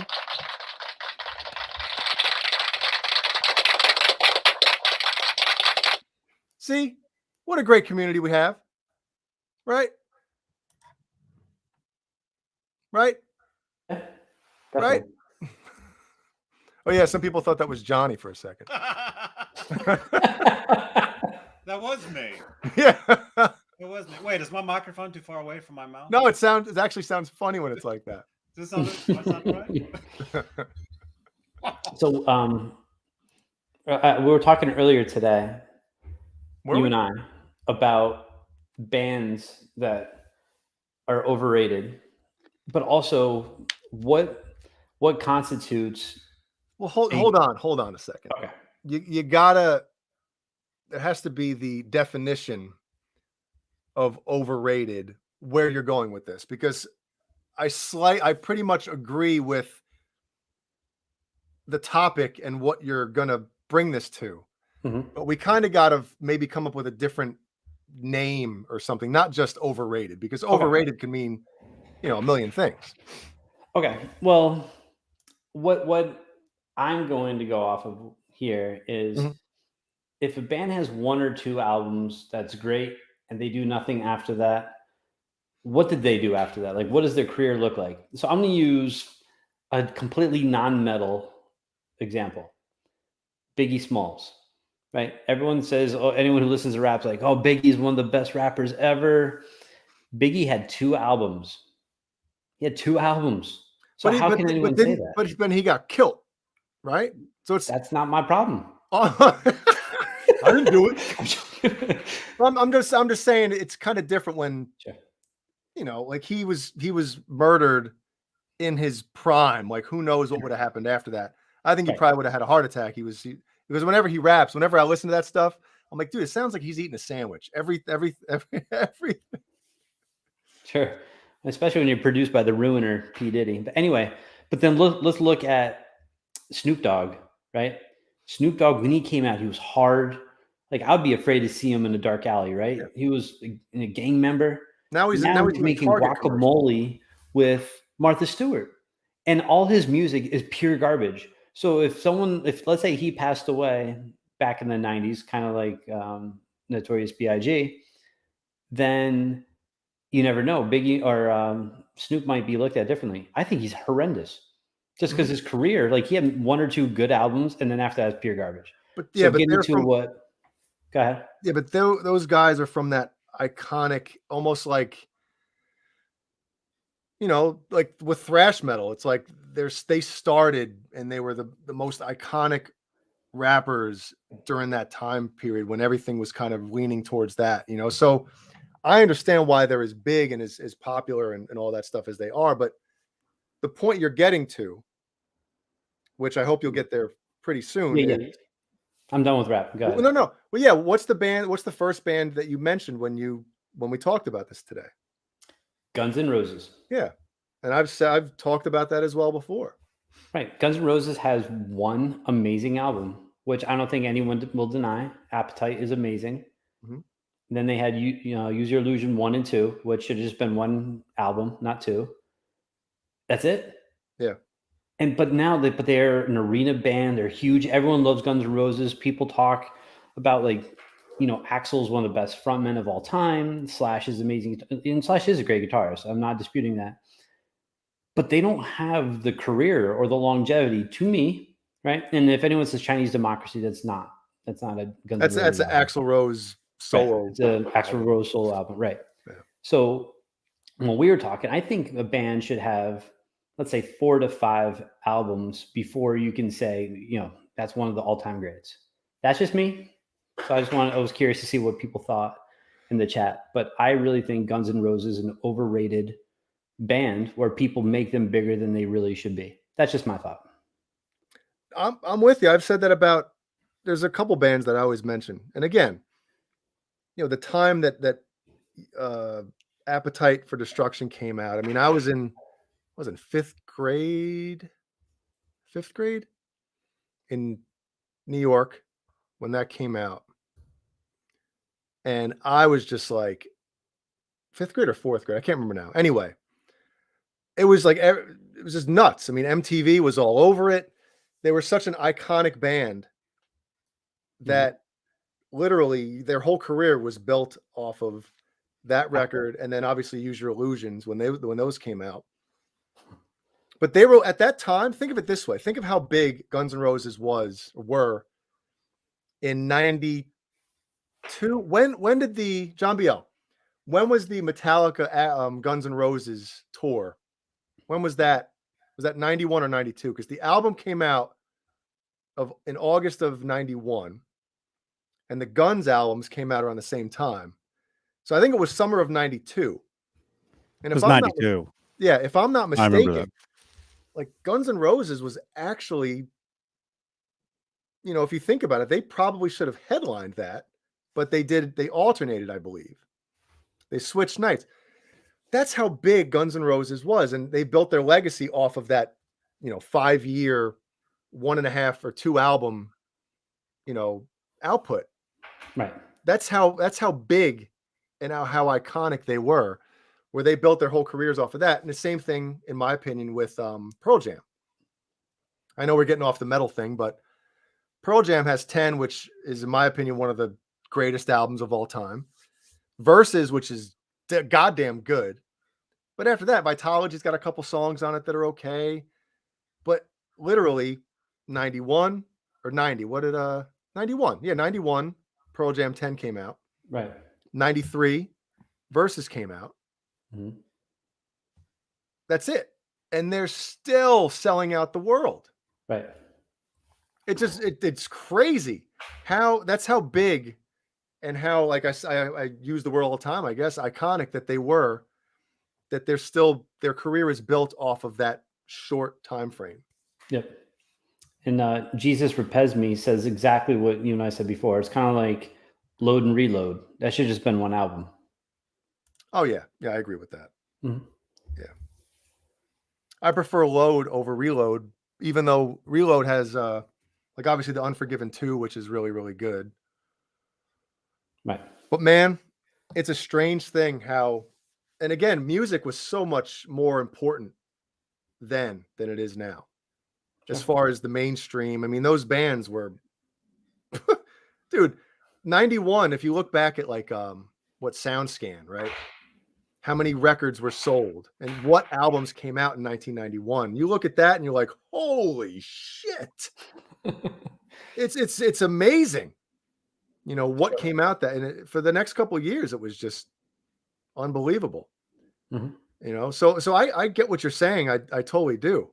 And then you got bands, again, Boner Jams. You got Van Halen, who from 1978 to 1995 didn't put out a bad album. Every single album they came out with was awesome. And you got, a career full of stuff, Right. So maybe sometimes lightning in a bottle for a very short period of time can actually be better, right? If you think about it, okay? Right.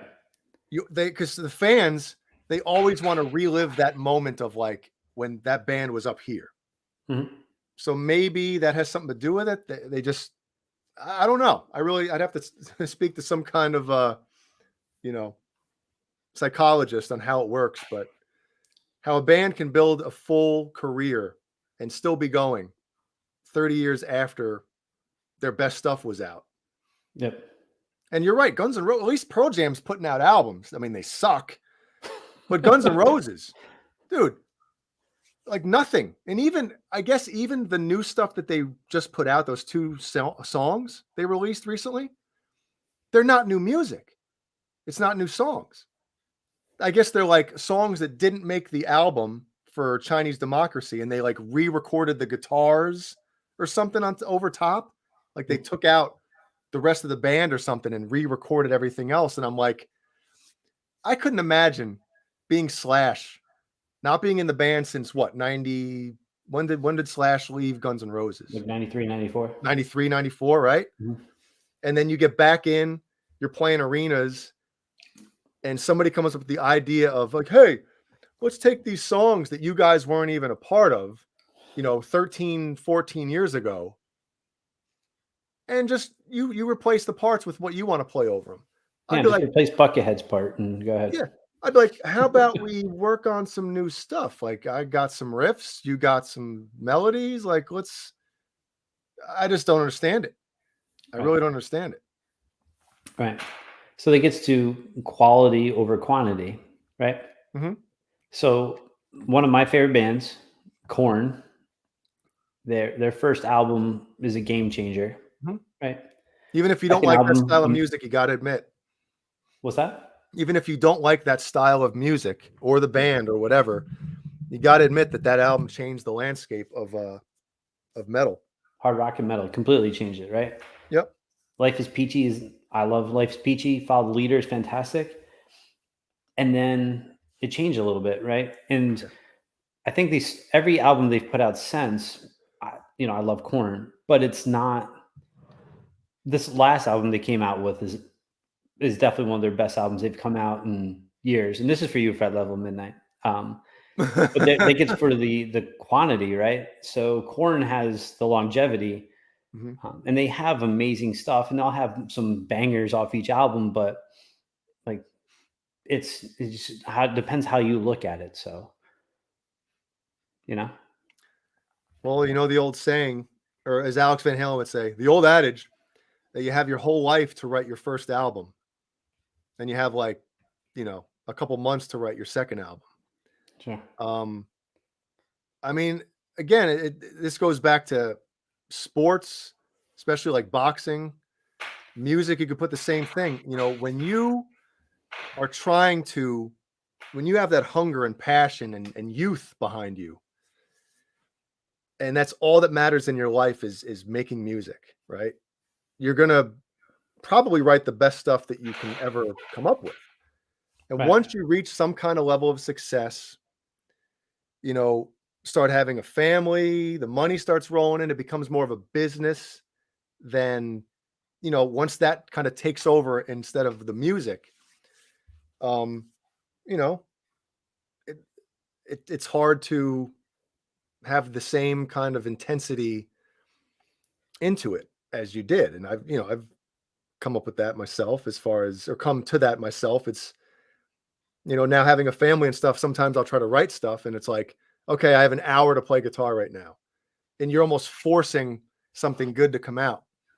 Whereas years ago, you're sitting in your room 8, 9, 10 hours. You have nothing but time. Nothing but time. It's the most important thing in your life is playing this guitar or playing drums or singing or whatever you're doing, or boxing or playing sports, whatever it is. That's the only thing that really, obviously you're going to go to school, whatever, as a kid, but whatever, So it's just, it's a different thing, man. Once these bands reach a certain level of success, it's sometimes that hunger kind of goes away and doesn't mean as much, Which I find interesting is some bands that their first album's good, but then their second, their third album, their fourth album is when they really find their groove, no pun intended, like let's say Lamb of God. Yeah. The first album is okay, New American Gospel, but I think it's awesome. Burn, Ashes of the Wake, Wrath, Sacrament, sick, right? So yeah, no, I'm with you. I think a lot of times, I know as far as Gizmochi goes, like we kind of started to figure out what kind of music we really wanted to play. Kind of near the end of the writing for the first album, The Imbuing. And after that was written, we were like, oh man, we were kind of in a groove of like what we were doing at the time and the idea of what we had for what we wanted to write. And I think it shows in the new album. Because a lot of those songs, I mean, if the Gizmochi album is a new album, but the majority of those songs were written in 06. I think 2 of them were written in 05. So I don't know. So like I said, I have a serious question for you. Like I'm not joking. I'm not even playing right now. Mm-hmm. What about a Gizmochi EP or another, or maybe something from you guys in the future? What do you think? I mean, we've covers either. Like we've discussed doing, maybe like an EP type thing where we do like a 2112 from Rush or a Dream Theater Change of Seasons idea where we have like one song that's like 20 something minutes long. Where there's really where we don't have to worry Sugar. about structure. We can just fucking, sorry, Johnny, we can just go, you know, riff after riff, maybe tie things together at the end, which is always fun to do.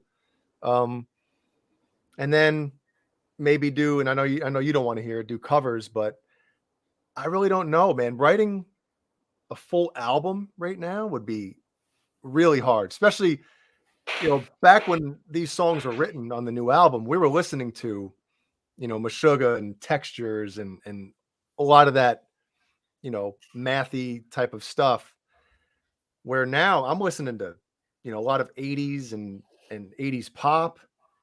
Dokken, obviously. Like, I'm afraid, I was telling Jeannie this, and I might have mentioned it to you. It's like, dude, if I started writing an album right now or started writing music, like for Gizmachi, it would probably sound like Dokken on a 7-string.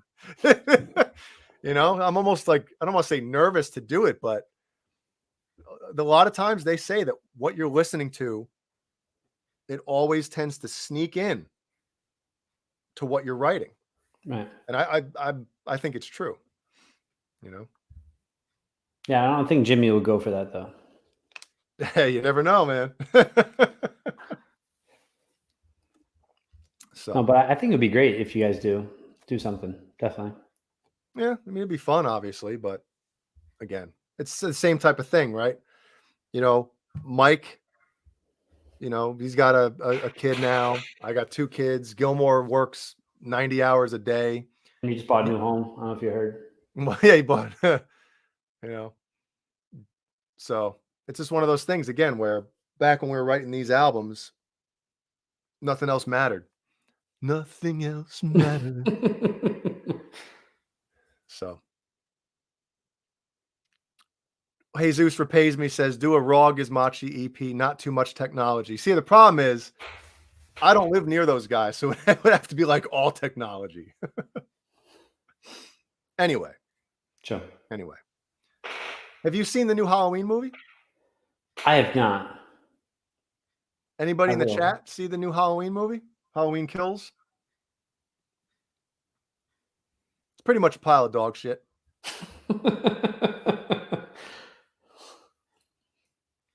Are you a Halloween fan? What's that? Are you a like Michael Myers Halloween fan? Hell yeah. I love All right. Halloween. So, Actually, I have Michael Myers in my front yard right now. There's like a spotlight on him, so when people Hell yeah. drive by, they can see it. It's pretty cool. dude, you know, when you watch the original movie, and again, I think they did it on like a $700,000 budget. And I know back in '78, it's a different time, and you know, whatever. 3 weeks they filmed that thing. It's And scary John as hell. Carpenter wrote that, the music. Yep. He did it himself. He's like, whatever. Yeah. Awesome. So when you watch that, you know, a lot of the things in horror movies that really make it scary, obviously the music, you know, the suspense thing that, you know, something's going to happen and the noise kicks in. You're like, oh my God, what's going to happen? And the lighting, right? Remember the scene in the original Halloween when Jamie Lee Curtis, Laurie Strode, thinks that she kills Michael after the closet scene, which is one of the scare. I ever watched that when I was a kid. I was like, oh my God, I can't watch this. Oh my God. Right? And he's laying on the floor and she's in the doorway, just like standing there. And you can see in the background, it's blurry, but all of a sudden you see him sit up, right? And then she walks away slowly down the hallway to go downstairs. And then behind her, he comes out of the room. It's pitch black. And then all of a sudden you see see the mask start to light up and it's dark and it scares the hell out of you, right? Sure. No, this is the original Wayno. Come on. If you haven't seen that by now, you know. I always loved in the original where he has his mask off for a moment by the staircase. Yep. And then Loomis comes upstairs and shoots him. Yep. What a handsome son of a bitch. He was. That was a different guy too. I think they had do the mask off scene. Right. But no, like think of the lighting and just some spots are dark. Dude, the new movie, and I'm not going to give away any spoilers besides the fact that it was pretty crappy. You know, you go in, there's a scene in a house, right? Obviously Michael's in there, the shit's going to hit the fan. every light is on in the house. It's fully lit.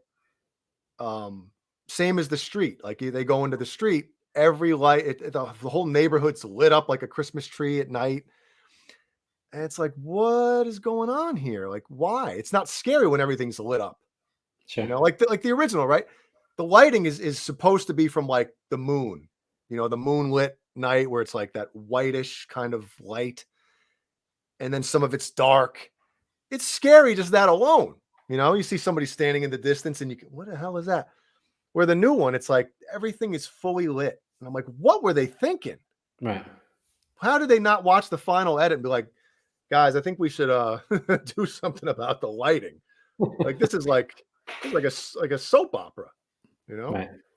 So I agree. but the murder scenes were very cool. I will say that. Cool. I'm Very excited. original and innovative, which is hard to do. So I just noticed this. Fret level midnight. I just noticed the level of bromance we have here. Boner's asking questions to Jay about Gizmachi, and Jay's wearing a Boner Jam shirt. I love it. That's yes, great. Brian and I love each other. It's true. I like family. Besides, what are some of your favorite Halloween movies, or what's some recommendations you have for people to check out? Obviously, like what's a Hannon go-to? Maybe I should get your wife up here and she'll help out a little more. Oh, she loves horror movies, man. But they're kind of made for people like me. I'm very jumpy. You know, like we were watching the new Halloween the other night and we're on the couch and she's like, "Are you shaking?" I'm like, "Yeah." So, she's like, "You know something's gonna happen." I'm like, "I know that's why I'm shaking, because I know something's gonna happen." You know? And I'm like, "You're not even the slightest, like your heart's not." She's like, "No." I'm like, well, then why are you even watching this? Like, how could this be fun for you if it doesn't affect your heart rate?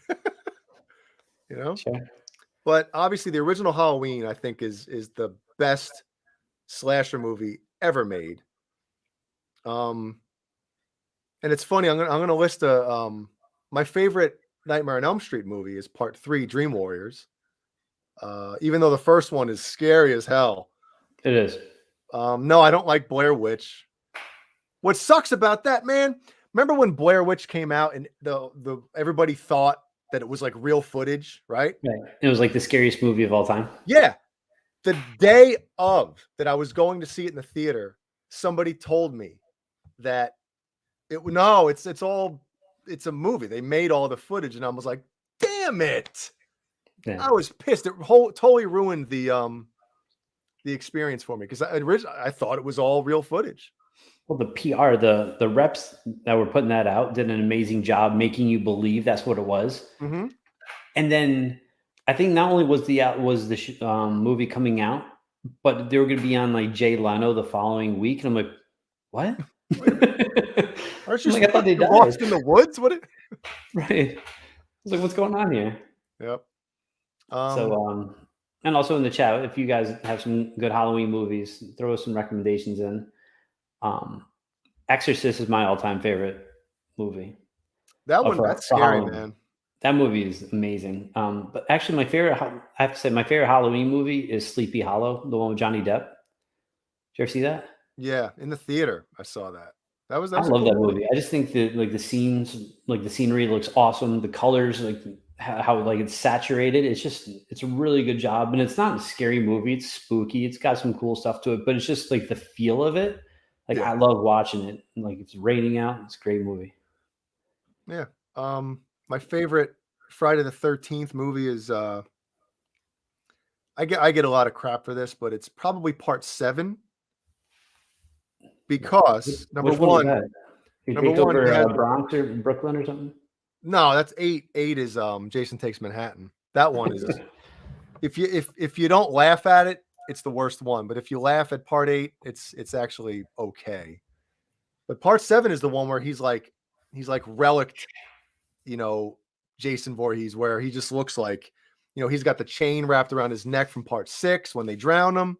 Mm-hmm. He's got the mask where it's like smashed here.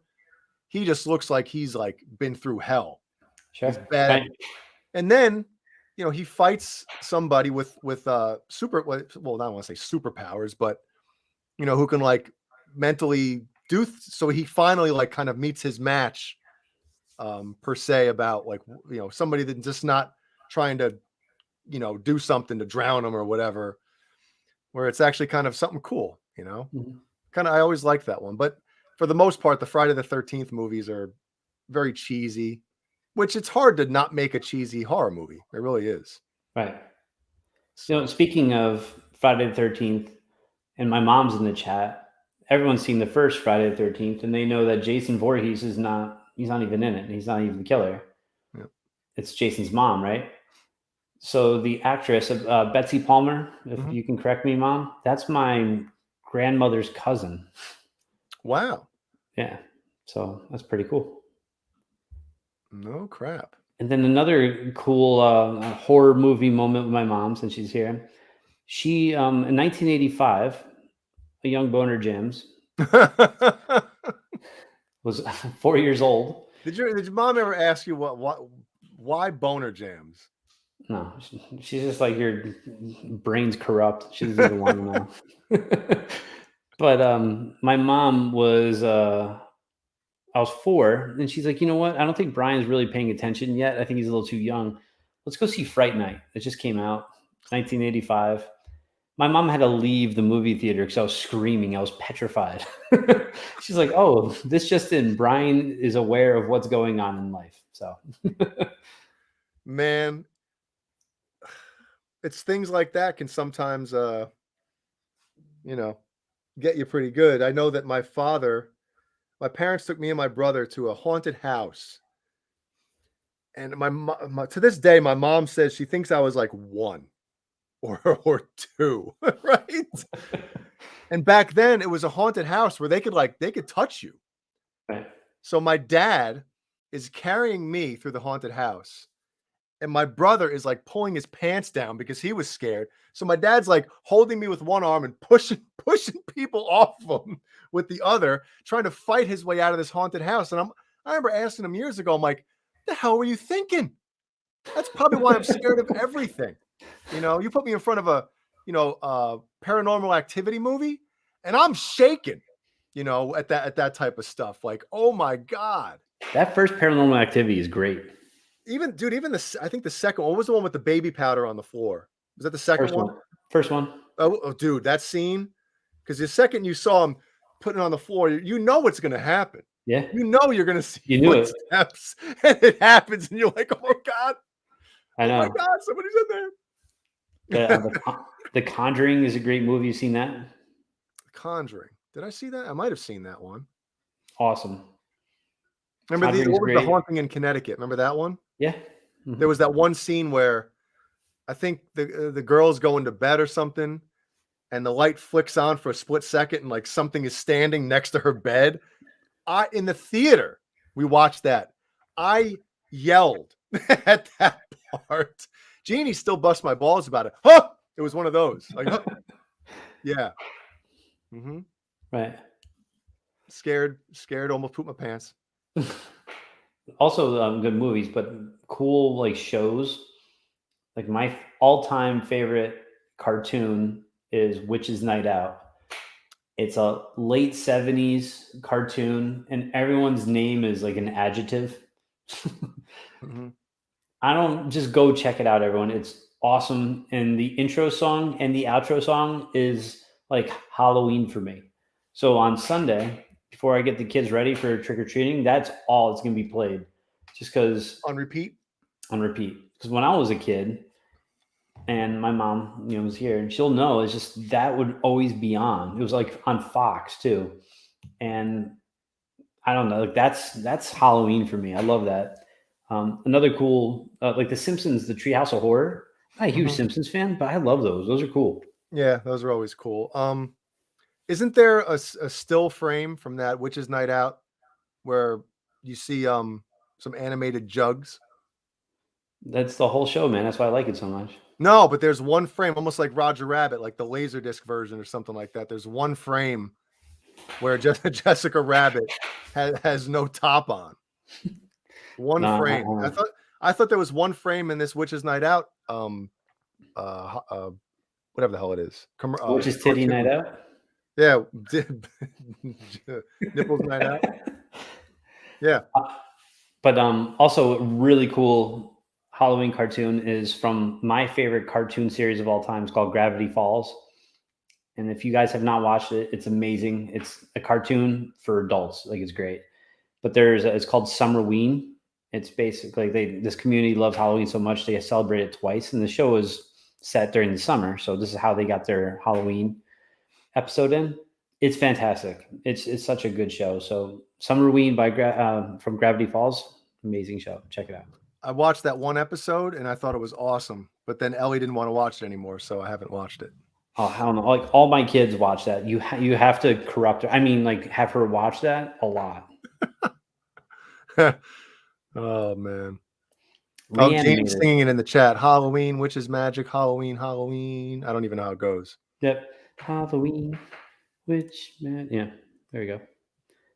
Yeah, so I guess it's tough. I mean, I more or less have my favorite Christmas movies that I have to watch, and I'm sure we'll get into that once it gets to the end of November and whatever. But Halloween, it's different for me, because I'm such a wimp when it comes to this stuff. But the original Halloween, I think, is the greatest slasher movie ever made. Agreed. We got Evil Dead, the Reanimator. Reanimator's cool. Yeah. That's like the campy mid-'80s movie. Jesus asks, are you guys down with the new Rob Zombie Monsters? I heard about that, but I have no idea when it's coming out. Who's in next year? No idea. Oh, the first Saw. First Saw is dope. Oh my God, dude. The end of that, I was like, whoa, how cool. First Saw is great. Next year, Hocus Pocus 2 is coming out. They're shooting that right now. Oh, is what's her name in it? Vanessa Shaw in it? I don't know. I hope so. God bless America. I thought you were going to say Bette Midler. Hocus Pocus 2, The Munsters. Hopefully there's some other cool stuff. But there's some cool Halloween cartoons like Frankenweenie, Paranorman. You ever see Paranorman? Dude. Jeannie and I saw Frankenweenie in the theater when it came out. We both were in there bawling. Oh, with the dog dying? Oh my God. I'll never watch it again. That's why I can't watch Toy Story 3. You ever see that movie? Yeah. It's some straight bullshit, that movie. I remember watching that with Brody, and he was like 4 or 5. And I had to get up and start doing dishes. I'm bawling. I'm crying my eyes out. It was when at the end of the movie, he's playing with his toys for the last time, and he's giving them, Andy's giving them to the girl. Oh, so he's playing with them one last time. That's wrong. That's just terrible. But getting back to real stuff, Paranorman, great Halloween movie. If you've not seen that movie, I haven't seen it, dude. How did we leave out Jeepers Creepers? Keith Campbell mentioned it in the chat. Jeepers Creepers was awesome. I didn't love that movie. What? I thought that was legit scary. Oh, and we forgot The Great Pumpkin, Charlie Brown. Yeah. That one's great. Insidious, that's a good movie. But yeah, Jay, check out Paranorman with Ellie. She'll love that movie. Okay. And also Monster House. That's a great movie. That's one of my favorites. Well, Ellie's going to be Super Chucky for Halloween this year. I heard. So is Rory. Yep. So she got her red sneakers in the mail the other day, and she was wearing them already, breaking them in. Got my Chucky sneakers on, Dad. I'm like, cool. Hell yeah, that's awesome. Well, as long as you don't grab that knife over there, we're all good to go. But then it's funny, because she's obsessed with Jason because the singer from Crazy Licks wears the mask, so she doesn't understand that they're serial killers, or they're just killers, right? Right. So I remember she'll every once in a while she'll ask me and Jeannie, like, is Chucky good? I'm like, how the hell do how do you tell well, now she's 5, but how do you tell a 5-year-old that what you want to be for Halloween? but Right. whatever. I think Keith Campbell, Bride of Chucky, right? You ever see that movie? Yeah. Wow, that I was saw a that huge pile of garbage. Has a cool death scene though when that somebody gets like hit by a truck or something on the highway. Or it's definitely not a Halloween movie, but Final Destination. You ever see those? Yeah, those ruin me when I watch them. For the next like 2 days, I'm thinking like, is that cable too close to me? Is that plugged into the wall near water? You know, like holy cow! What is something gonna fall on my head while I'm sitting here? Yeah. Yeah, I don't like watching those. Yeah, I'm not a big fan, but they're interesting though. Like, Yeah. definitely. Yeah. Yeah, but you guys need to watch Monster House. That's like if you like ever like respected me for just one moment of my life, just watch that movie. You guys will love it. Is it on any streaming? Yeah, it's on Netflix. It's a movie or a show? Movie, and it's a cartoon. It's like an hour and 20 minutes. It's fantastic. Okay. I promise you'll love it. I'm gonna text Jeannie and say Monster House. Yeah, it's great. Monster. So do you have your costume all set for Saturday? It's shipped out today. Okay. It'll be here. It'll be here either the day before or it'll be here Saturday, one of the two. So cool. Yeah, Saturday's gonna be fun, everybody. Saturday Night Live. This Saturday is gonna be the Halloween show. So everybody tune in. Do not miss it. Because we were thinking like, last year I think Halloween was on a Saturday. This year it's on a Sunday. And we were thinking like, all right, so we do a Saturday night show and then we do a Sunday show. Everybody's got to wake up for work. Ellie's got school. I was just like, why don't we just, do the Halloween show on Saturday night? Yeah. So everybody agreed. And I'll be there, which would be fun. There. Yes. Okay, I'm here. We're going to have obviously a Halloween contest or a costume contest. So everybody dress up, take pictures, send them in. I don't know how we having people submit their pictures. Are they going to text it to you, Johnny? Yeah. You guys can hear me, right? Yes. Yeah. Okay, yeah. Yeah, text them in to that phone number right there. Okay. Please. And then we're doing some giveaways. We got some great companies that are going to be giving away surprises, giving away prizes. Yeah, FU Tone. Colonel's Gourmet Popping Corn. Tessie Switch. Gizmachi. Bring your A game. You might even get like an insurance review from me. No, I'm joking. If you live in Connecticut. Also known as an IFR. Yeah, it's gonna be great, guys. It's gonna be a lot of fun. Where's Paul on this? We think Paul is Lemmy on the right. Oh, I guess that makes sense since he has a dog named Lemmy. Yeah. Okay. Looks like him. But I do like the Fat J creeping in the background.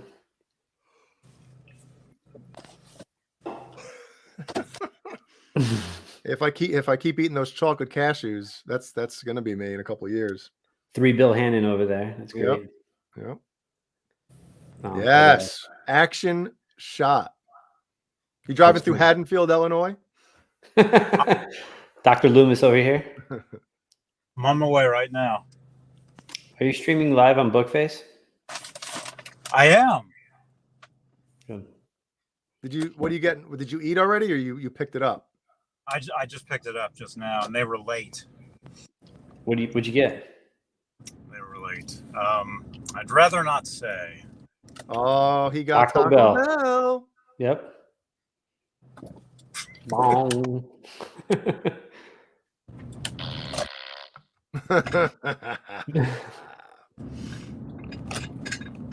So, and again, Jeannie's going to be here joining us Saturday night as well.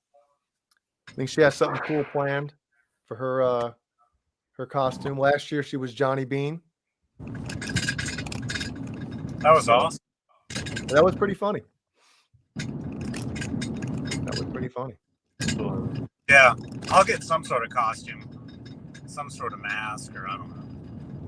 Dude, you can't be wearing a mask for 3-4 hours, man. No, I will change my appearance, though. I will totally change my appearance. Oh, cool. Well, drive safe, please.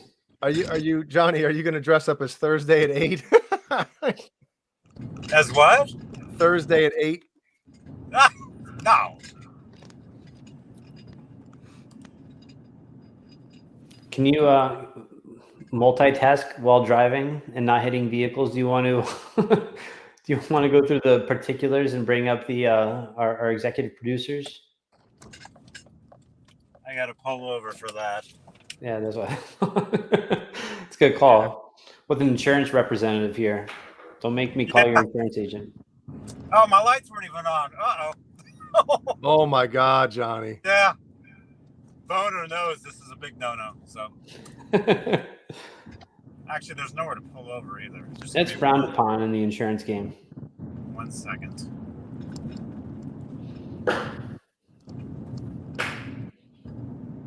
Great show, though. I was here. I was actually here for the whole thing. Just listening. For about 2 or 3 minutes. Ooh. Yeah, for a few minutes. What is rattling, Johnny? That rattling? That's my garbage. I've got this thing that I attach to the back of the car to carry trash cans around. Oh, that's not annoying.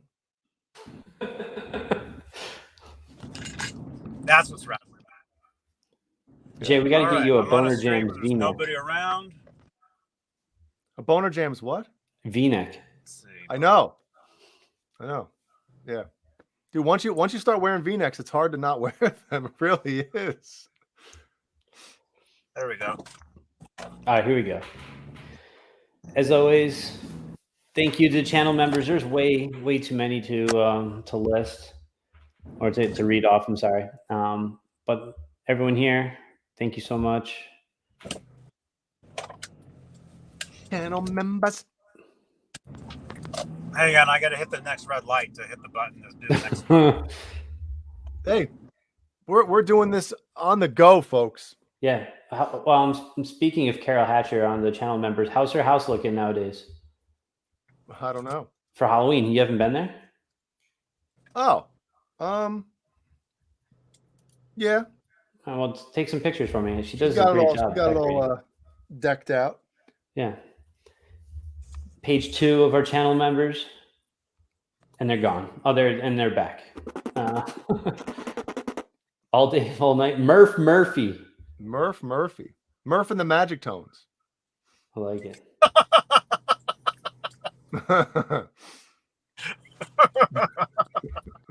Murph and the Magic Tones. Wonder.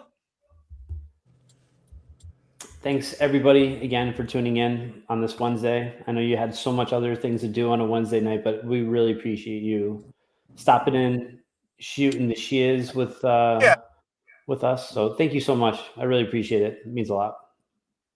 And there's nothing on Wednesdays anyway. Right. There's absolutely nothing else to do. Yeah, why wouldn't you? Who wouldn't want to be here? I mean, for cripe's sake. Definitely. Any homework for anybody? Oh yeah. I forgot. I have a couple quick homework. First, the Halloween stuff. What Jay and I were talking about. But if you haven't seen Monster House, great Halloween movie for the kiddos. Check that out. And Witch's Night Out, best Halloween cartoon or best cartoon period.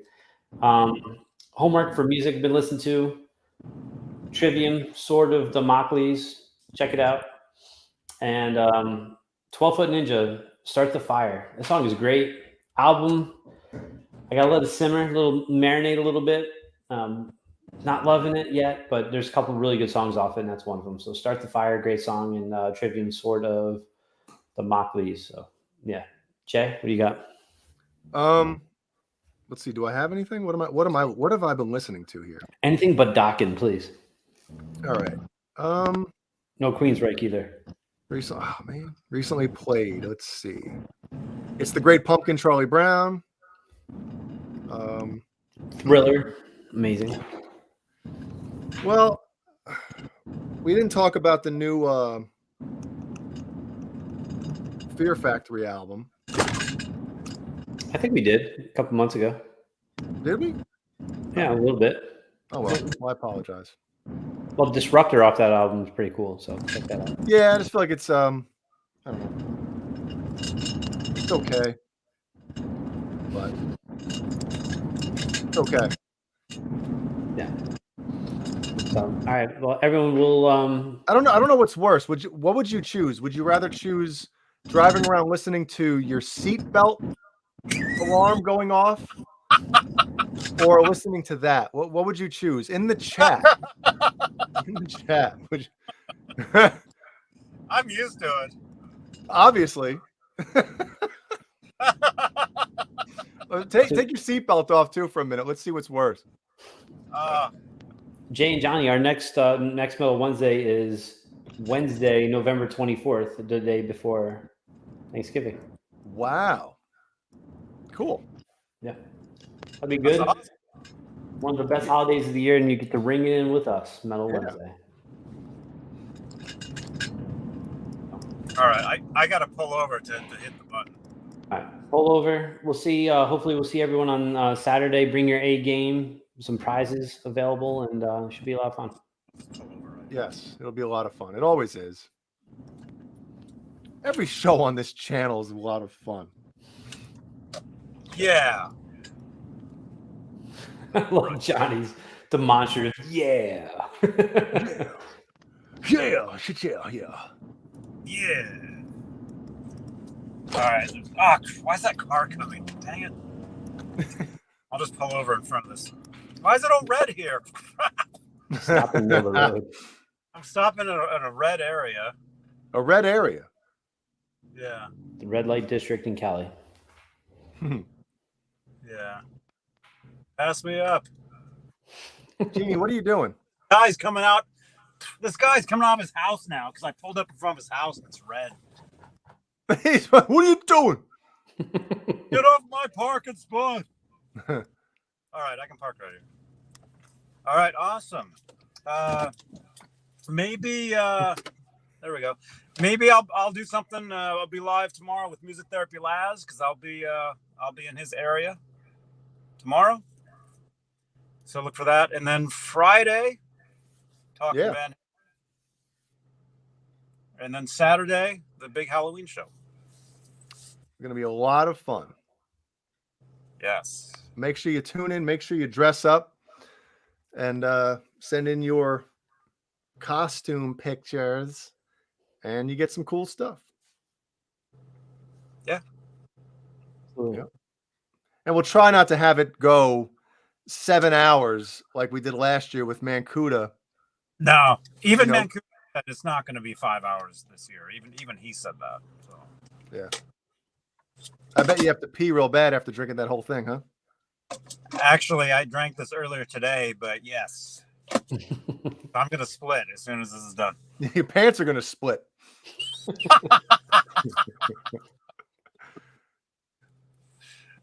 All right.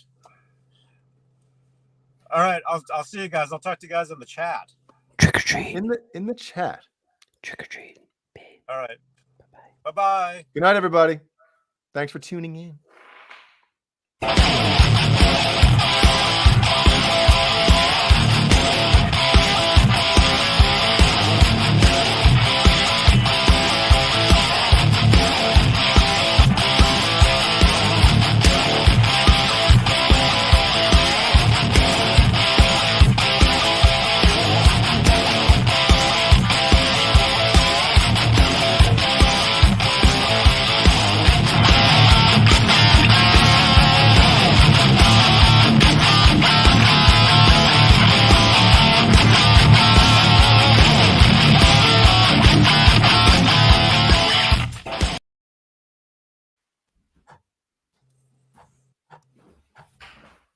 Now this guy's coming out of his house. Another Hey! guy? Oh my gosh! Now he's started breaking into my car, dude.